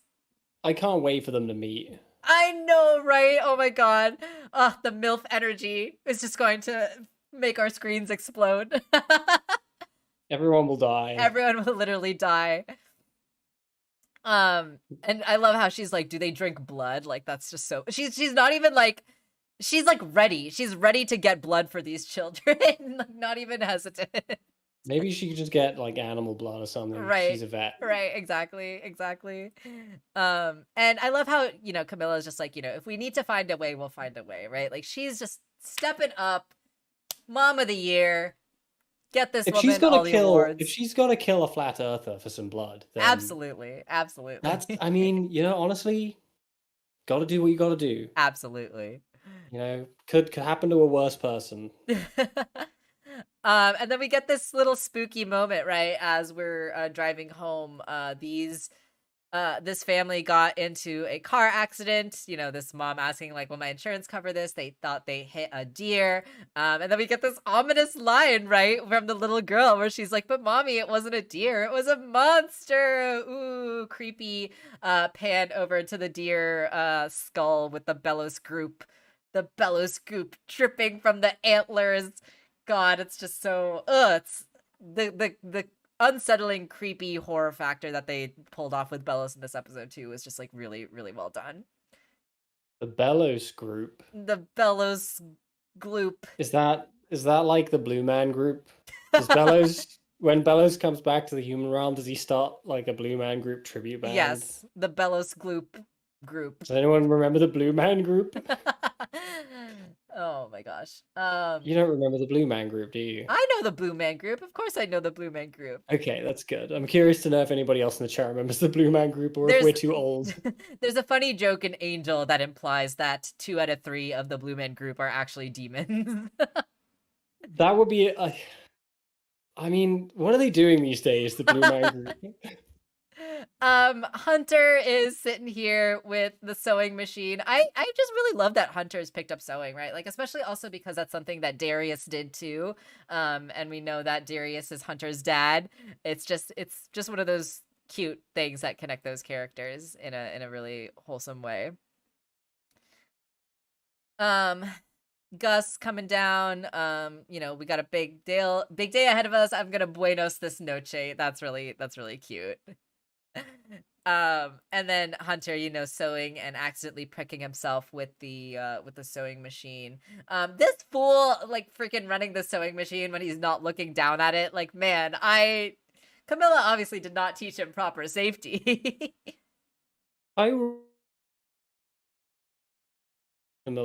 By comparing her to Joyce Byers. Sorry, you cut out for a second. Say that again. I just said, how dare you compare Camilla to Joyce Byers? Hyrule. That is like Joyce Byers is like I mean, she spends like all of her time on screen screaming and being exceptionally annoying to be around. Camilla's an S tier character. Camilla's more like Steve. Yeah, it's like Joyce just like runs around screaming, Will! Will! Yeah, Camilla's more like Steve, and she's like, oh, all these children are mine now. I guess I will adopt them and take care of them and protect them. I don't want to think about Stranger Things right now. Anyway, yeah. Stranger Things. Yeah, and totally. I loved this little incidental detail as well too. And as you said, like with Hunter accidentally cutting himself, and the fact that Bellows is able to possess Hunter later through getting into his blood, like that. They really like didn't need to add that. Like they could have just had it where Bellows like just went into Hunter and possessed him and took over him, and like I feel like we all could have bought that. Detail, yeah. It's a neat detail. It is just like a neat detail that adds just like that added like grim kind of gothic horror element to it, which I really like. It's a neat tale, if you will. Well, maybe you won't. I don't know. Maybe I won't. Also, Hunter's pajama pants have watermelons on them. I felt that was important to point out. That is crucial. It's crucial to the plot. Crucial detail. In the end, as we find out in the end, Hunter turns around to Bellows and says, "Why are you so watermelonly?" And then pelts him in the face with a watermelon. Exactly. And that's how they win the day. Hunter is sewing this freaking wolf shirt. I love that Hunter becomes a nerd for wolves. Like, this is just so adorable and so like endearing. Like, look at what I made. My stitches are better than Darius's. There's these mystical beasts called wolves, and I love them, he says with the highlights glistening in his eyes. So good. So good. This like absolutely tickled me, and it made me so happy. He watched Wolfwalkers and now he's sold. He's a huge Wolfwalkers fan. And then we get this like moment right with Gus being like, I love how you've been smiling more. And Hunter being like, it's not like I don't want to return. And we get this confession right from Gus, essentially, that he says like he's not happy, right? It's very clear that he is missing being at home and missing his family. And again, this kind of sets up the moment that we'll get with Hunter later too, right? Where, Gus and Hunter are having this conversation about being back at home and what home was like. And Hunter kind of reminiscing about his time as the Golden Guard, and, he wasn't allowed to be with the other scouts, and the only time he had away from the castle was to go do missions on the weekend. And like, that's just so sad, right? The fact that he really has no family and no connections at home. Um, and like realizing that he doesn't have anyone that he misses the same way that like Gus and the rest of the gang does, right? Zoe makes a good point about Hunter being a furry. Oh my gosh. Yeah, Very good absolutely. point. I mean, I'm like him dressed up as Flapjack at the beginning of the montage. True, true. Flapjack is his persona. Now more than ever, right? God, I hate that. Oh, that was terrible. God, I hate What's that. that meme of like SpongeBob looking at the book with his like eyes looking in two different directions with like that's so hilarious and that's so horrible. That's Uh, what that is. Oh my gosh. Yeah, so Hunter says this line, right? We have to find a way back. We have to. And Gus, of course, pulls up the "Oh my Titan." That's a line from this book I found, right? And then he pulls out the book Cosmic Frontier. This is literally just Star Trek. The character at the front, this guy looks so much like Captain Kirk. And the little star font that the font is in is very reminiscent of Star Trek. Yeah, it just feels very, very. I love how, you know, all the Easter eggs and all the references in this episode, like it's literally like they just took the original title of whatever they were trying to make a reference to, and they just like ran it through thesaurus.com, or they just like ran it well, they stuck it through Google Translate a Google few Translate times. like a couple times back and forth until they got a new title, just like Cosmic Frontier. Yeah, it's really hilarious, really, really funny. I mean, I do love Star Trek, so I'm happy to see it. And I think they do like a little sting of music in this bit that sounds Star Trek adjacent. Mm-hmm. I think somebody actually mentioned that in the chat earlier, but I'm too lazy to go back and check. Yeah. 'Cause Shout I'm out to whoever said that in the lazy. chat. Make Um, yourself known. oh my gosh, I would love for Camilla to adopt both Hunter and V officially, the way that Ida officially adopted King. Or I guess technically King kind of adopted Ida because he's the one who Yeah, surprised her with the adoption that's forms. right. That's right. Um, yeah, so Hunter is interested in this book, right? Gus gives it to him, being like, "Yeah, this is a story of people like us trying to get back home, right?" And then we get the back cover. We'll have to find a way back, or we'll find a way back. We have to, right? In a galaxy not far away at all. Dot dot dot. Yeah, the references are just really, really funny. I mean, they've committed a crime there by mashing Star Trek and Star Wars together. That's right. That's a crime. That's gonna anger a lot of people. And you were telling me earlier before we started the stream that you thought that Captain Avery might have been a reference to something, right? Oh, I mean, I was just making a. I could be totally wrong about this. I was just making a strenuous connection because Star Trek, all the seasons of Star Trek, except for the recent ones, which the less said about them, the better. Um, Star Trek has a theme of naming its characters and ships after real maritime figures Right. and Yeah, yeah, yeah. ships. And Henry Avery is a very, very famous maritime figure. So I kind of wondered Mm. if they were making a little if that's where they got that name from. But you know, who's to say? Who's to say? Yeah. Dana, if you're out there, if you're watching the stream and you want to come answer these questions for us, come on the stream. Hey Dana, if you want to come on the stream, you know, I think I could find some space in my schedule to squeeze in a guest. So yeah, if you have the time and you want to come answer our questions. If you have the rosemary, that was um, a terrible joke. I'm ashamed. I don't even think I got it. Yeah, time. If you have the Oh, time, that's right. Time and rosemary. Ha ha ha. Good one. it wasn't. It's okay. We don't have to. We can just like walk over that one. Just ignore it like the bad fart that it was. So Gus has this line here, right? Which makes me suspect that Gus knows more than he's letting on. You know, he has this line where he's like Chief Engineer O'Bailey, who's hiding as a clone from the enemy planet, right? And he kind of drops that as the hint to Hunter, and Hunter being like, "Oh, what happens to him?" Right? Obviously, Hunter um, kind of projecting onto this character as well. And Gus just being like, well, I guess you'll have to find out, while he opens the trove of the Star Trek stuff. And yeah, let's just talk about all the little details that are in this like Star Trek cosplay paraphernalia, stuff. There's all these like day pass, like convention badges. So obviously Camilla and Manny must have gone to like Star Trek conventions. I There's think like, that's where they met. yeah, oh my god, that would be so freaking adorable. Could you imagine? Oh my god. And like all these cosplays and costumes and these figurines and like these glasses and the lunchbox and the board games and the puzzles. And then there's a box here in particular, right, that says Manny's Circuit cosplay version. And there's like 2.0 that's crossed out and it says like 3.0 on it. There's like the ear, the elf ear kind of cosplay stuff. There's like a wig with alien antennas up here.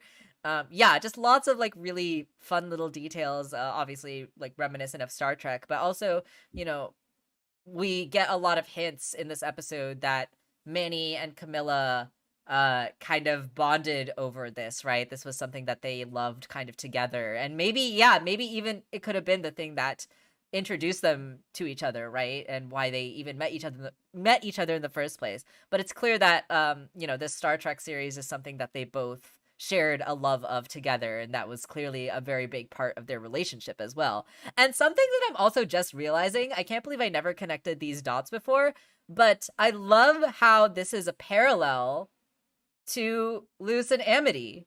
Like the fact that Manny and Camilla bonded over and have this relationship built on this mutual love of Star Trek, and Luce and Amity have like this mutual love of Good Witch Azura that like they celebrate, and they cosplay together too, right? In this episode they do the Good Witch Azura couples cosplay, which is really cute. So I love that parallel. I didn't even connect that before now. And Luz finally gets her witch hat. Yeah, she gets It's her. not a filthy old traffic cone. That's right. Oh, that's right. That's also a callback to the beginning of the series. Oh my god, so many callbacks. So good. There are other implications to that ending though, but I'll get to that. Yeah, we'll get to that when we get to that. Let me read the chat here. Yeah, Hunter's totally a furry. The series is gonna end with... Oh, that's right. Okay. They're referencing Star Trek, specifically the one that involves the crew being lost trying to get home. You think that Camilla's favorite season is Voyager? That's interesting. Star Trek Voyager's pretty good. Yeah. Toon says King's Tide has that moment where Gus looks into Bellis's head. Yeah, exactly. Yeah. So Toon, that's exactly why I think Gus already knows about Hunter and is just like kind of waiting for him to be ready to tell everyone. But I feel like Hunter probably already knows about I feel like Gus probably already knows about Hunter, and maybe he even knows about Luce, but he doesn't really hint that he knows about Luce, but he drops a lot of hints that he knows about Hunter. I just found out that Sarah Silverman was in Star Trek Voyager. Interesting. I don't know why I'm telling you this, but I just felt like it needed to be known. Good to know. It isn't really. We get this moment as well with Luce. She's under the bunk bed. She's on the lower bunk, and she's looking up at the star, stickers, the glow-in-the-dark stickers that we all had as kids that are stuck up on the underside of the bunk bed. But she reaches out to this one in particular, right, that reminisces the collector symbol with the sun and moon face. And, again, I feel like this shot... and the coloring and just everything, the composition just makes me really feel the weight of the emotions, right, that Luce is carrying in this moment, right? We know that she's carrying a lot of guilt. We know that she's carrying a lot of self-blame. And as she's kind of like reminiscing and thinking about the collector, I can only imagine that she's continuing to kind of internalize those feelings of, this is my fault, right? Yeah, she's being very dramatic as well, just like lying Super there, dramatic. very very teen kind of way. Absolutely. Absolutely. Don't you mean absolutely? Absolutely. Um, I'm not sorry. uh, Luz picks up the egg, right? And she drops the flyer for the haunted house thing, and Amity picks it up and notices. I love how Amity is just like such a she like really wants to do what she can to lift Luz up, right? Like she really wants to make her girlfriend happy, and thinks that this haunted house thing could be like a fun thing that they can go to together, and like, you know, a special occasion, right? And I really love that um about their relationship as well.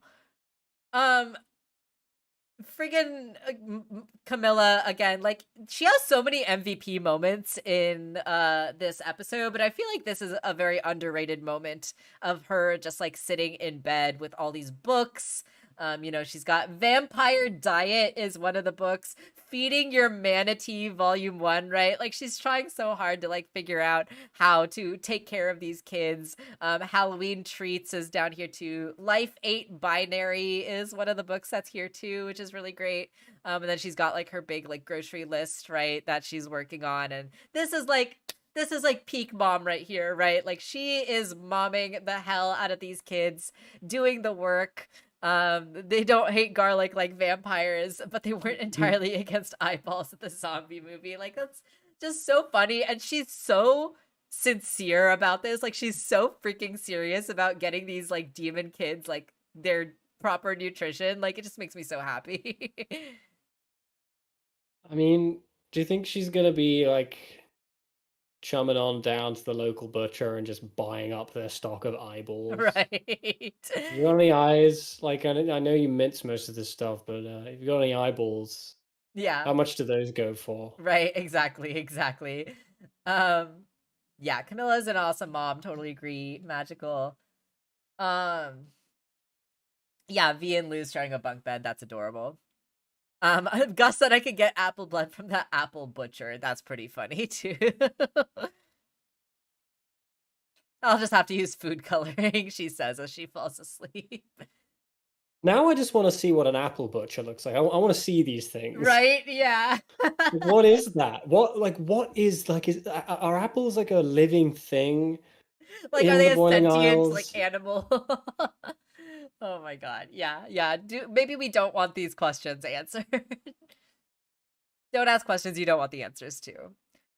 I loved this whole dream sequence that we got from Camilla. I thought this was so brilliantly well done, right? Like especially for a character like Camilla that doesn't get a lot of screen time, you know, especially in the early parts of the show. I feel like this is such a brilliant way to kind of give her her backstory and to give her this more fleshed out characterization. And actually, now that I'm thinking about it, this actually really reminds me of Wolfwalkers in an interesting way because you know, in Wolfwalkers we get these kind of parallel arcs between Robin and her dad that kind of get like revealed as the story goes on, and we're able to kind of Yeah, infer more about Bill's character arc as we see it paralleling Robin's arc, right? So it's like I said in my Wolfwalkers video, you know, we get a lot of characterization with Bill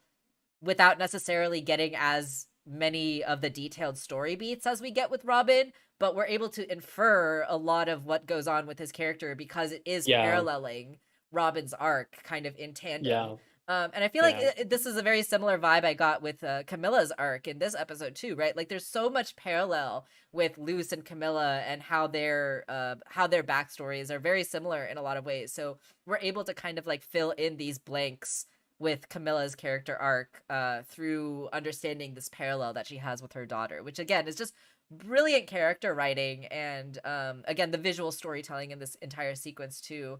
Especially it And it being allows them to cover a lot of ground very, very quickly. absolutely, absolutely. And especially like taking full advantage of the medium of the dream sequence, right? Because with being a dream and being sort of like outside of reality. And it was the same kind of in the Ida dream sequence too, right? Where we found out the backstory about the Owl Beast.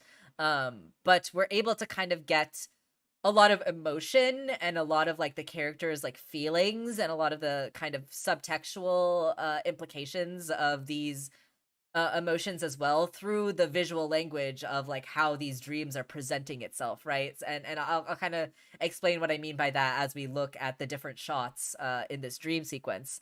But I just really love, again, just the visual storytelling that has been kind of subtly presented to fill out this backstory and flesh out this character. It's just really, really well done.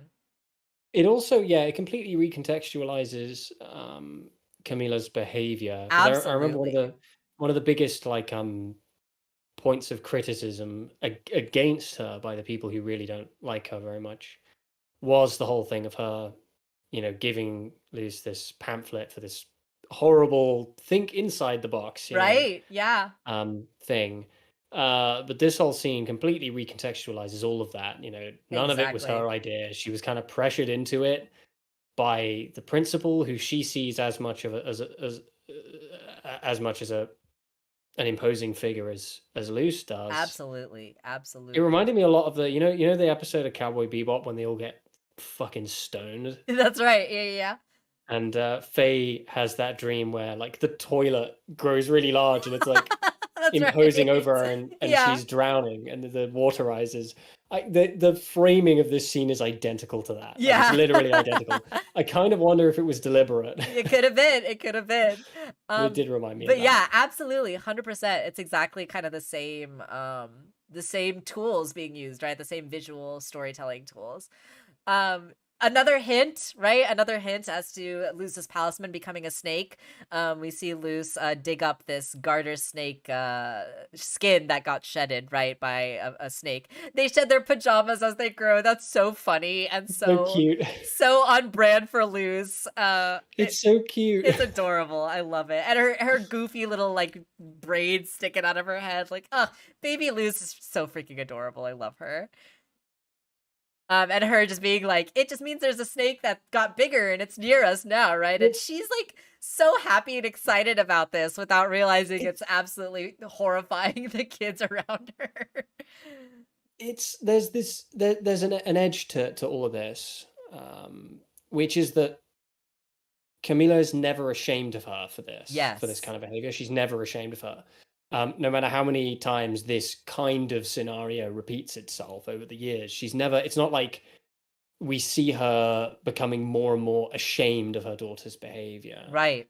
Right. Um, every time she's like, "Oh, that's so cute," or "Oh, Yeah. she got that from her dad," or like something like. She's proud of that She's so behavior. She values proud. it. Like, oh, this moment, You like know, my heart like melted when like we see this just shot of a young Camilla giggling and just being like, she called them pajamas. Like she loves her daughter so much.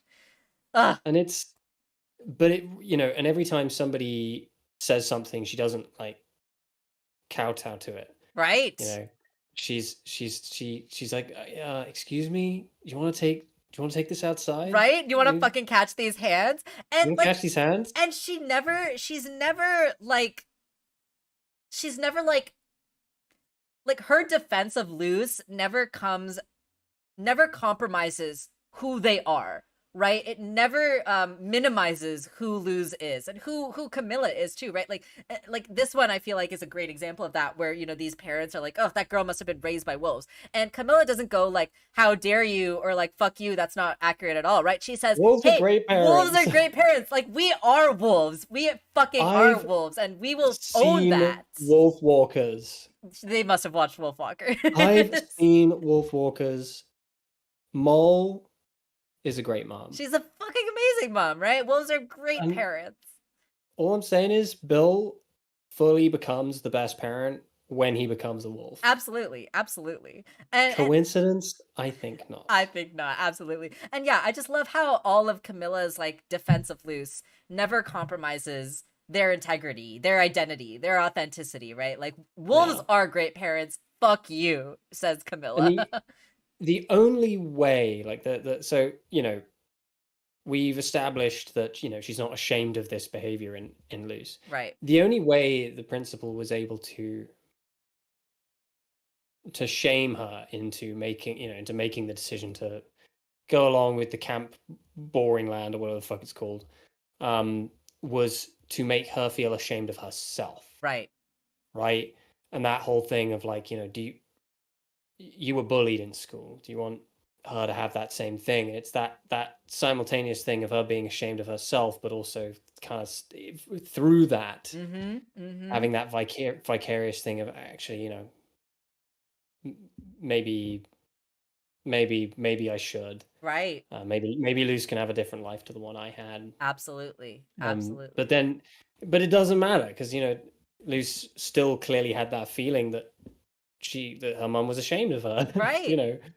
They're alike in that way, Yeah. Yeah. easily ashamed of themselves. Absolutely. Absolutely. There's so much parallel. There's so much parallel. Um Absolutely. Absolutely. Yes, exactly, Zoe. What we're trying to say is they're all furries. Hunter's a furry, Camilla and Luz are furries. They're a family of furries, and V is a slug. So they're perfect together. If you think about it, we're all fairies deep down. When you really think about it, aren't all of us furries deep down in our gay little hearts? Yeah, and exactly, dude. I love how they also replay this moment and they reframe it for us too, right? Again, this episode has so many callbacks that kind of just make us reframe and make us reconsider a lot of the stuff that happened in the early part of the series. Like we thought that Camilla was ashamed or embarrassed about Luce in this moment, when we first saw it, because that's how Luce felt, right? Like Luce was feeling that people were shaming her or judging her. But we see Camilla in this moment laughing and being so proud and being like her dad taught her that one, right? And we know that Camilla obviously loves her late husband so much and kind of holds on to him, I think, kind of through Luce, right? Um and so this was like a really like sweet moment. And then we hear, the kids talking behind her, being like, "Ugh, God, she's such a tryhard. Like it smells like lunch meat." And Camilla fucking ready to knock their heads off. Like she's ready to throw hands, right? Like she, like, just like passionately loves her daughter, and I it's so clear through this dream sequence that she loves and protects.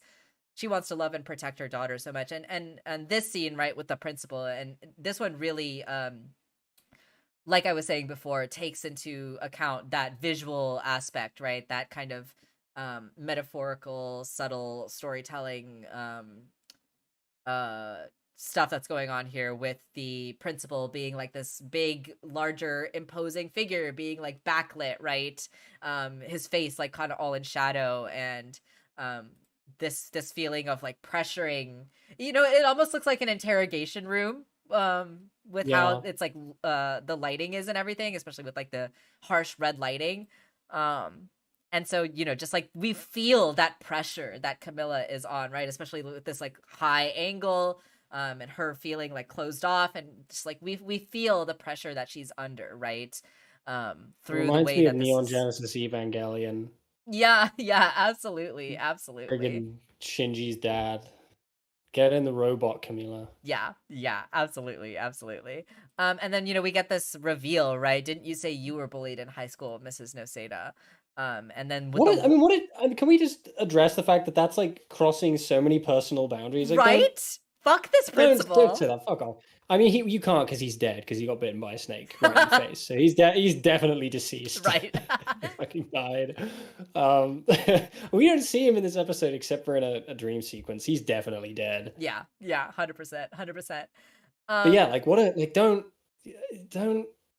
don't do that. Don't yeah. say that. That's not an okay thing to say to a relative stranger. Don't bring up my history with bullying, you fucking asshole. Right, right. And this is an Um, important line too, right? Where the principal's like, grief can manifest itself in different ways, and Camilla being like, yeah, losing Manny was difficult, but Luce has always been different, right? She's always done things differently. So again, like just this defense of Luce, of who she is, right? And like the principal trying to blame who Luce is on like this loss and try to rationalize like her behavior that way, and try to frame it in this way that like, oh, this behavior, it's something that needs correcting, right? Whereas Camilla knows the reality of like, this is just who Luce is. This is just how she expresses herself, right? And um again, like this pressure that's there, right? And when the principal brings up Camilla's past of bullying, that's when we see the water seep through the floor and like come up, right? And essentially add to this feeling of Drown like her. drowning and pressure, right? It actually really reminded me of the Infinity Train dream sequence in the first season with Tulip uh talking to her parents and coming to terms with that whole thing, right? I think there was a moment in that where like water's coming up out of the floor to kind of indicate that kind of emotional pressure, right? And there, yeah, there's a leitmotif of water and fire Yes, in yeah, that episode. The absolutely. flames that keep spreading in the water. Yeah. Yeah, and I feel like this dream sequence does a very similar thing with the water and like the harsh red lighting. And the principal trying to frame this narrative of who Luce is, right? Like she's not making friends, she gets bad grades, and she brought a live snake to school, right? There we go, another hint towards the snake being the palisman. But yeah, just really trying to frame like Luce's character as like this delinquent child that's acting out because of her loss of her dad, and this is the only thing that could help her, right? And we see the pamphlet of the reality check summer camp, and the water is like continuing to rise up around Camilla, and this continued feeling of feeling pressured and like drowning, right? Especially as like you said, her own trauma is being brought up again too, right? And this fear of not wanting Luz to go through what she went through, but without this like understanding, I feel like Camilla has this kind of like internalized shame, not really shame necessarily, but this like internalized fear, right, of like being who you are, being authentic and true to yourself is going to result in outside pressure or outside bullying. And it really actually reminds me, now that I'm talking about this out loud, and I'm connecting these dots, it reminds me of when queer kids come out to their parents, and parents might be accepting and well-meaning and unconditional of their love for their child, but a lot of times parents make that mistake of fearing how the outside society is going to treat their child for Like being different. you said in your Wolfwalkers Yes, this video. is exactly what I said in my Wolfwalkers video, of like parents often like act out of fear, right? Of like, how is society going to treat my kid for being different? And so a lot of times those fears can be misplaced and be mistaken and can like be manifested in the parent trying to suppress the kid and trying to change how the kid is presenting themselves to the outside world. And it comes from this place of like wanting to protect their child, right? It comes from this place of like knowing from experience how cruel the world can be to kids who are different, to people who are different, to people who are queer, right? To people who are LGBT, to people who are neurodivergent, as we know Luce is as well. So I feel like this is a very common experience for parents of wanting to protect their kid from the outside world, feeling that fear, especially if they've felt, that ostracization themselves, and they don't want their kid to experience that as well.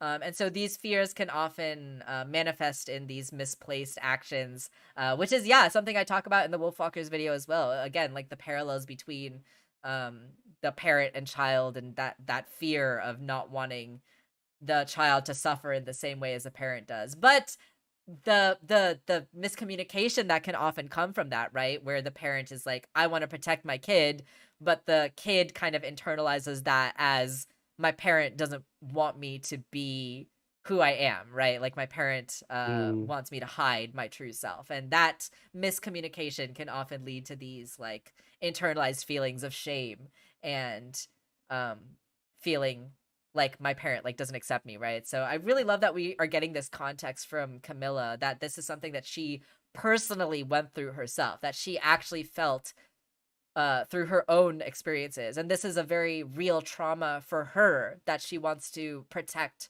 her daughter from, which is just really really beautifully done through this entire sequence. But again, like really contextualizes Camilla's actions and her motivations of why she made these decisions. And yeah, it really was because of outside pressures, right? It really wasn't because of how she felt about her daughter. It's really clear through this entire dream sequence that Camilla is so proud of her daughter and unconditionally loves Luce for who she truly is. And it really is these Well, outside pressures and this feeling of drowning from the outside society that has led her to make these decisions. well, the joke's on them because the principal's dead. So, The you principal is know, fully dead now. the principal's dead. Good luck complaining and bitching and moaning from beyond the grave, asshole.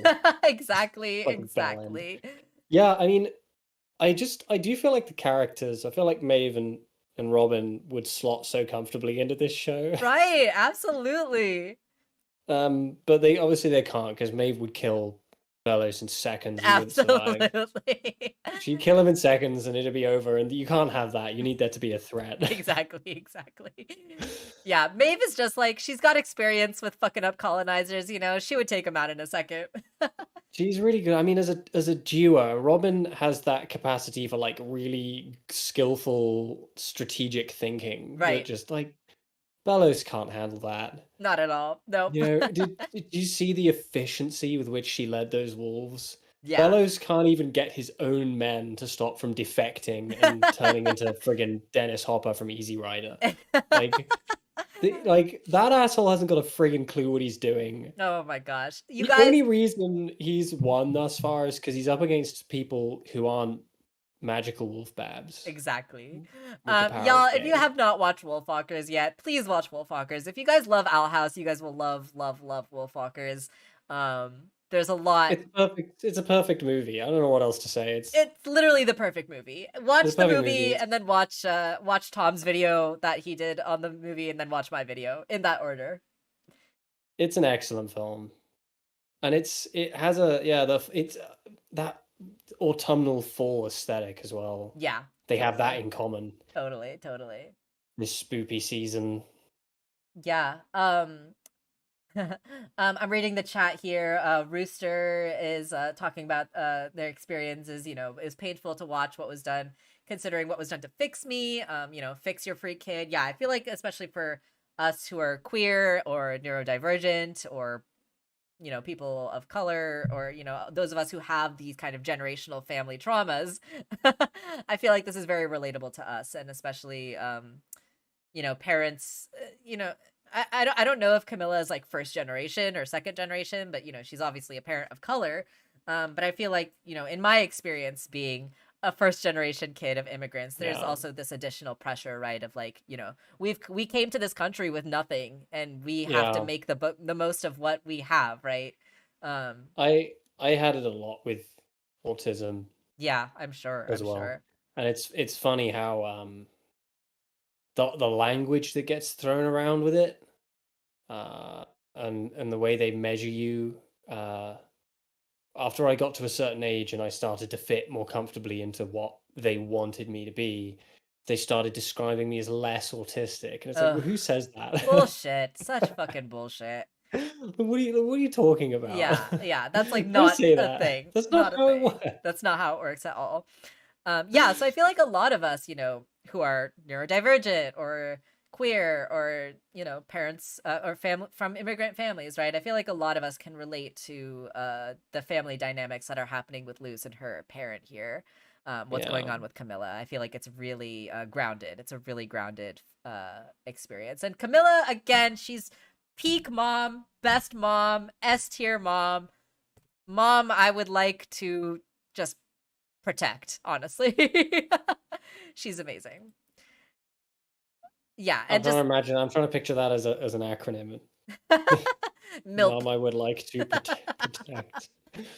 And yeah, just like again, the framing and just like this frame, this shot of Camilla floating under the water and the imposing backlit principal you know, looming over her. You don't want Luz to struggle like you did, right? Like family trauma is a real thing.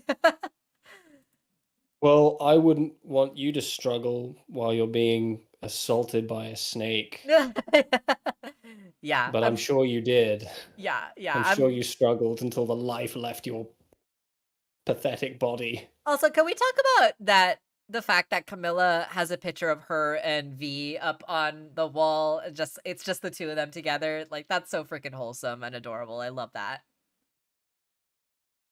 Yeah, Rooster, the whole thing of high functioning and low functioning is all very, It's bullshit. all it really means is you know, to what degree do you fit Right, and exactly.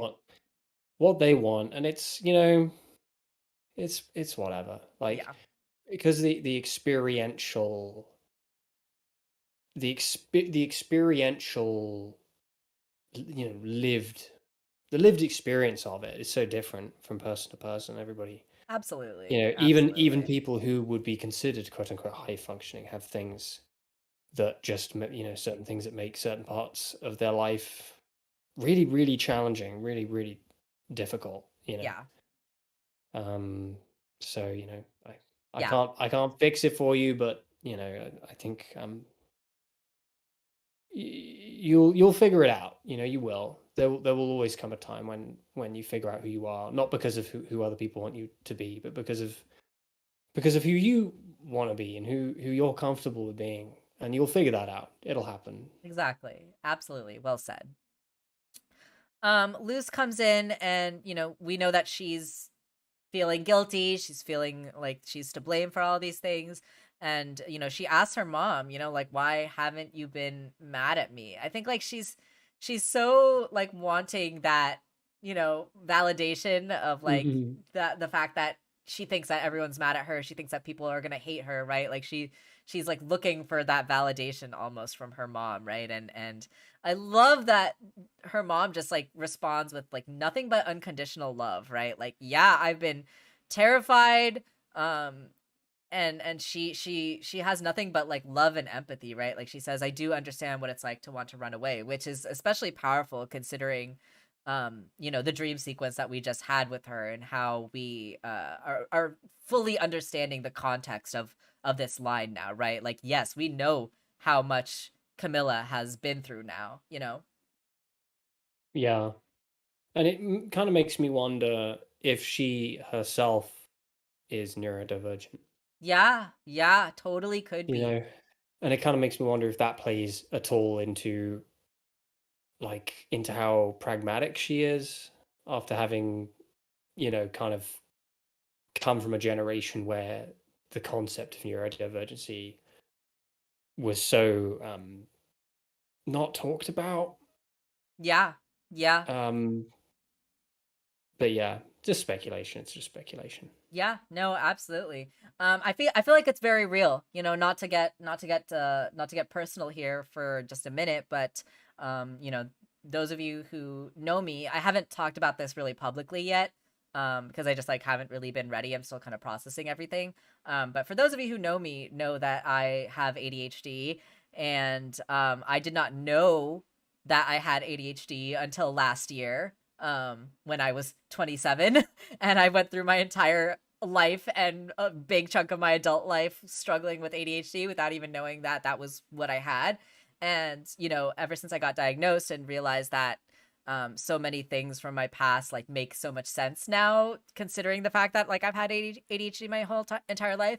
And something that I also considered once I got my formal diagnosis is like, does my mom have ADHD? Because like she has a lot of behaviors that I feel come from having ADHD. And it is also a hereditary, a genetic condition. So I feel like it's totally possible that like the trauma of being like a neurodivergent person is definitely one of those things that can be like generational trauma, right? Um, Especially like if the parent doesn't know and they are like projecting their internalized shame onto their child, right? Like, Camilla is kind of doing that here by saying like, but using it as like as a means of empathy, right? Like I know how it feels to want to run away, and so it's totally um plausible that it's coded that way intentionally, that Camilla and Luz are both meant to be neurodivergent. I wouldn't be surprised, is the least I can say. Absolutely, absolutely. Um let's see. I wonder if Camilla has seen the videos Luz has made. Oh, that's right. We got all those video that Luce was sending to her mom, but we never really got any acknowledgement that she saw those. So yeah, that's a good question. I wonder if we'll ever find out. I imagine that might have been something that was cut for time, unfortunately. I uh, I feel like Toon and I have talked about this. We're both of the mind that it might be something that they're just keeping in their back pocket Mm, for later. until they need it for dramatic purposes to like push the plot to the next kind of place, or just for like emotional reasons, Mm, just to kind of like an emotional gut punch. I can see it being brought back. I don't imagine they would just drop it entirely. yeah. Yeah, that would Because be interesting. they keep bringing in the recording of videos as a leitmotif. Mm-hmm. You know, recording and watching of videos as a leitmotif. So I can't see them dropping it altogether. Yeah, it'll be interesting to see if that comes back. Um, Luce, what does she say here? She says, oh, that's right. She says, like, everyone makes mistakes, Camilla says, but what matters is that you learn from them, right? And Luz does kind of internalize this, And take it completely the and wrong takes way. it the wrong way, right? Like she's like, oh, again, it's like that idea of like blaming herself, right? Like she's taking this internalized feeling of like this is all my fault, and people are better off without me. People are better off if I'm not around, if I don't exist. And she misunderstands this lesson that her mom is trying to teach her, right? And thinks that this means, oh, I need to remove myself from the situation, which is not at all what Camilla means by this. Literally not even a little. Not even a little. And then Luce, says she wants to sleep here tonight. They have a very sweet moment. I love this little beaded bracelet that Camilla's got here that says love on it with the bi flag colors. There's a little photo again of Manny and Luce and just like family pictures. Give the palisman a kiss too, she says, as they set it on the side table. And once again, there's that Aurora Borealis photo that's on the bedside table right next to the palisman egg, which gives us once again another hint that this palisman could be becoming a snake. And here's my question for the audience and for you, Tom, and for everyone watching this recording later. Did this palisman get left on this bedside table? Did it did it I did it get taken? don't.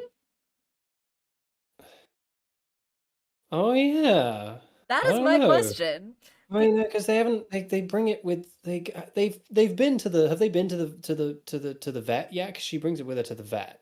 Oh, that's right. She does bring it to her to the vet. So maybe, but She just yeah, kind of carries it around. yeah. So I guess that's like my question because we don't see it at the end. Is But where my does is she my carry thing. it? Did she carry it with her to the demon realm, or did it get left behind? Because if it got left behind, um, I would suspect that that could be a way to bring V back into the story if like V got the That would be palisman very cool. and like found a way to like bring it to loose in the demon realm. Like I Or they just like leave it and it never hatches, and it's just like, it's like, oh, oh, I guess we forgot that. and then Ida's just like, okay, listen, maybe next time don't carve it into an egg. Maybe just don't do that. Like you need to actually carve it into a creature because Because we need this it like thing's sooner rather than later. We can't be this waiting thing's around. made of this thing's made of wood, and wood doesn't hatch. So like maybe don't do that. Like I appreciate what you were going for. Yeah, It yeah. was kind of dumb. Yeah, so I feel like yeah, Gabriel says hopefully Liz carried it in her pocket.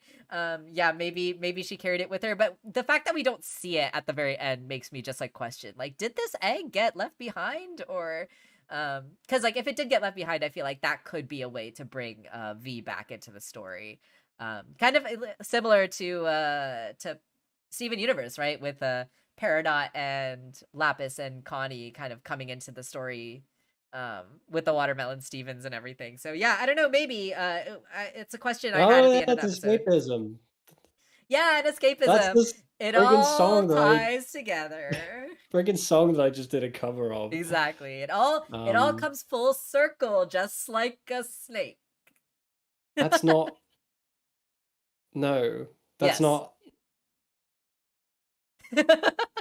I'm not angry. I'm just disappointed and tired. Um, you think that it'll give a power boost to Luz? Yeah, I think so too, Gabriel. Honestly, I think V is gonna come back just by virtue of resolving the whole Gravesfield thing. Yeah, yeah. I mean, obviously, V will have to come back in some way, shape, or form. But I feel like the Palisman could be a way for her to come back.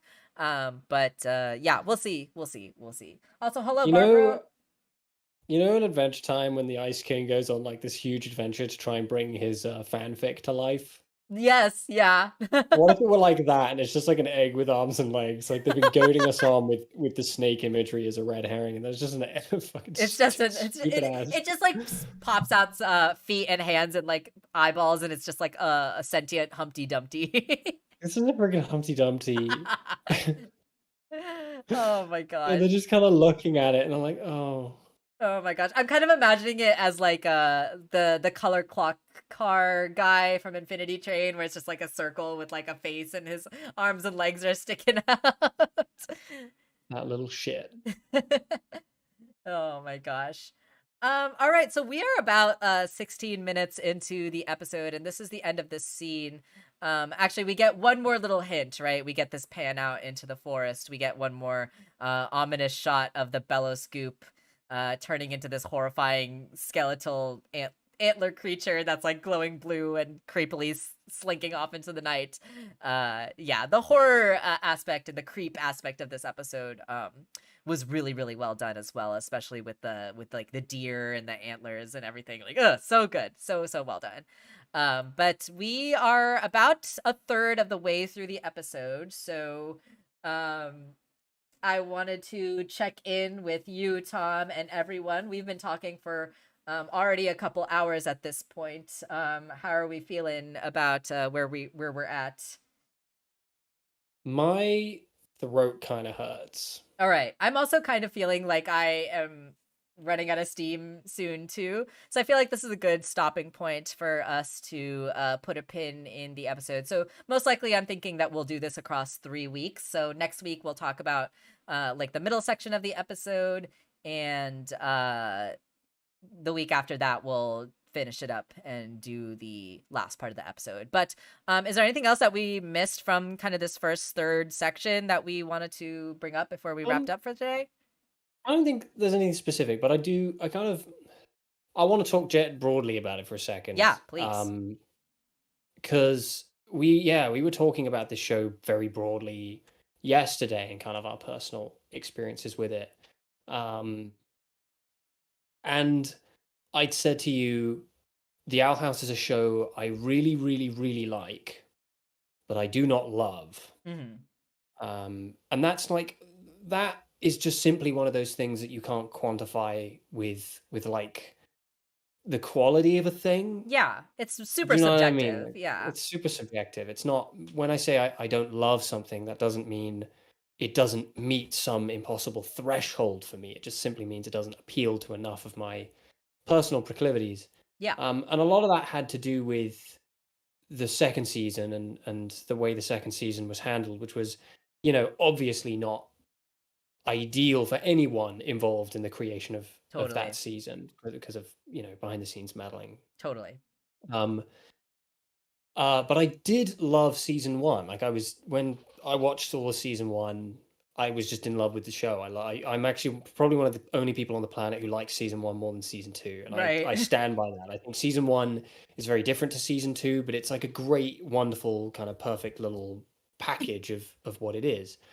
Um, if the specials keep going in the direction they're going in based on the quality of this one, I can see myself totally doing a U-turn on that because Mm. I really loved this episode a lot.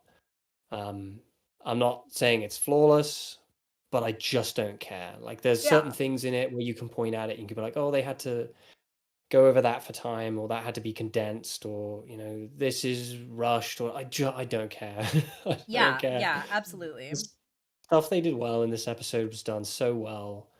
Um, I've compared it many times, and I'm going to compare it again to the Berserk Golden Age films. Now, Berserk is a very long story. Berserk is a huge story. It's you know, um, and the Golden Age arc really could make a full season of television. And to be clear, it did, because the Mm, original 1997 Berserk anime is just the Golden Age. It's a little bit of the Black Swordsman arc at the beginning, but it's the Golden Age.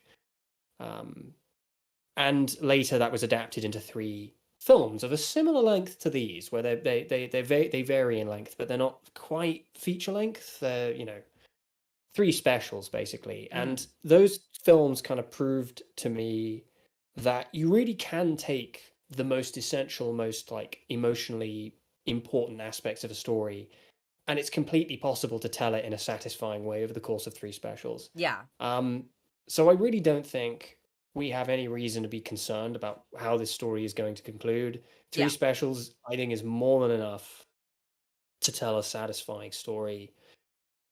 Um, and I'm excited to talk more about it. yeah. I really enjoyed this one. I thought it was wonderful. Yeah, absolutely, totally agreed. I felt like the pacing was like pretty close to perfect. I didn't feel like it was rushed at all. Yeah, All the kind of stuff that needed to happen happened. Um, yeah, I think the it the definitely could have pacing, been nice to get like more combinations of character interactions, like more Luce and V, or more like yeah. Willow, Gus, and Luce, or these kind of combinations that we haven't necessarily seen as much of in like the late in like season 2 especially. But like everything we got was amazing. And yeah, I feel like they did the best with what they had for sure. The pacing is really interesting because it doesn't. I mean, the specials are probably going to take a 3 act structure. Yeah, But the individual episode didn't take a 3 act structure at all. It kind of right. just flowed in whichever way, just kind of felt natural in the writer's room, whichever Totally, event totally. led to the next event. And I value that because I think the 3 act structure is super overrated. Yeah, yeah. I actually completely agree with that. It's the 3x structure is nice, especially like for animation, because it's kind of like simple to follow and easy to kind of like do. But yeah, I really liked how the pacing of this one episode was really just like one kind of smooth flowing um kind of episode without these kind of distinct 3 chunks. But yeah, it's possible that the specials themselves will kind of follow a 3 act structure, as we saw with this one, right? We kind of ended with this is the Earth ending, right? Now we're going back to the demon realm and we're going to pick up from there. So I can see that for the specials in general. But now they have a secret weapon. Yeah, They got Camila, and they've she's got a got fucking baseball bat. frickin' Camilla, the And, like, powerhouse. she's gonna fucking go out there and she's gonna start beating some things. Yeah, yeah, She's gonna absolutely. start beating some things. I'm all for an Odalia redemption arc. I'm all for that.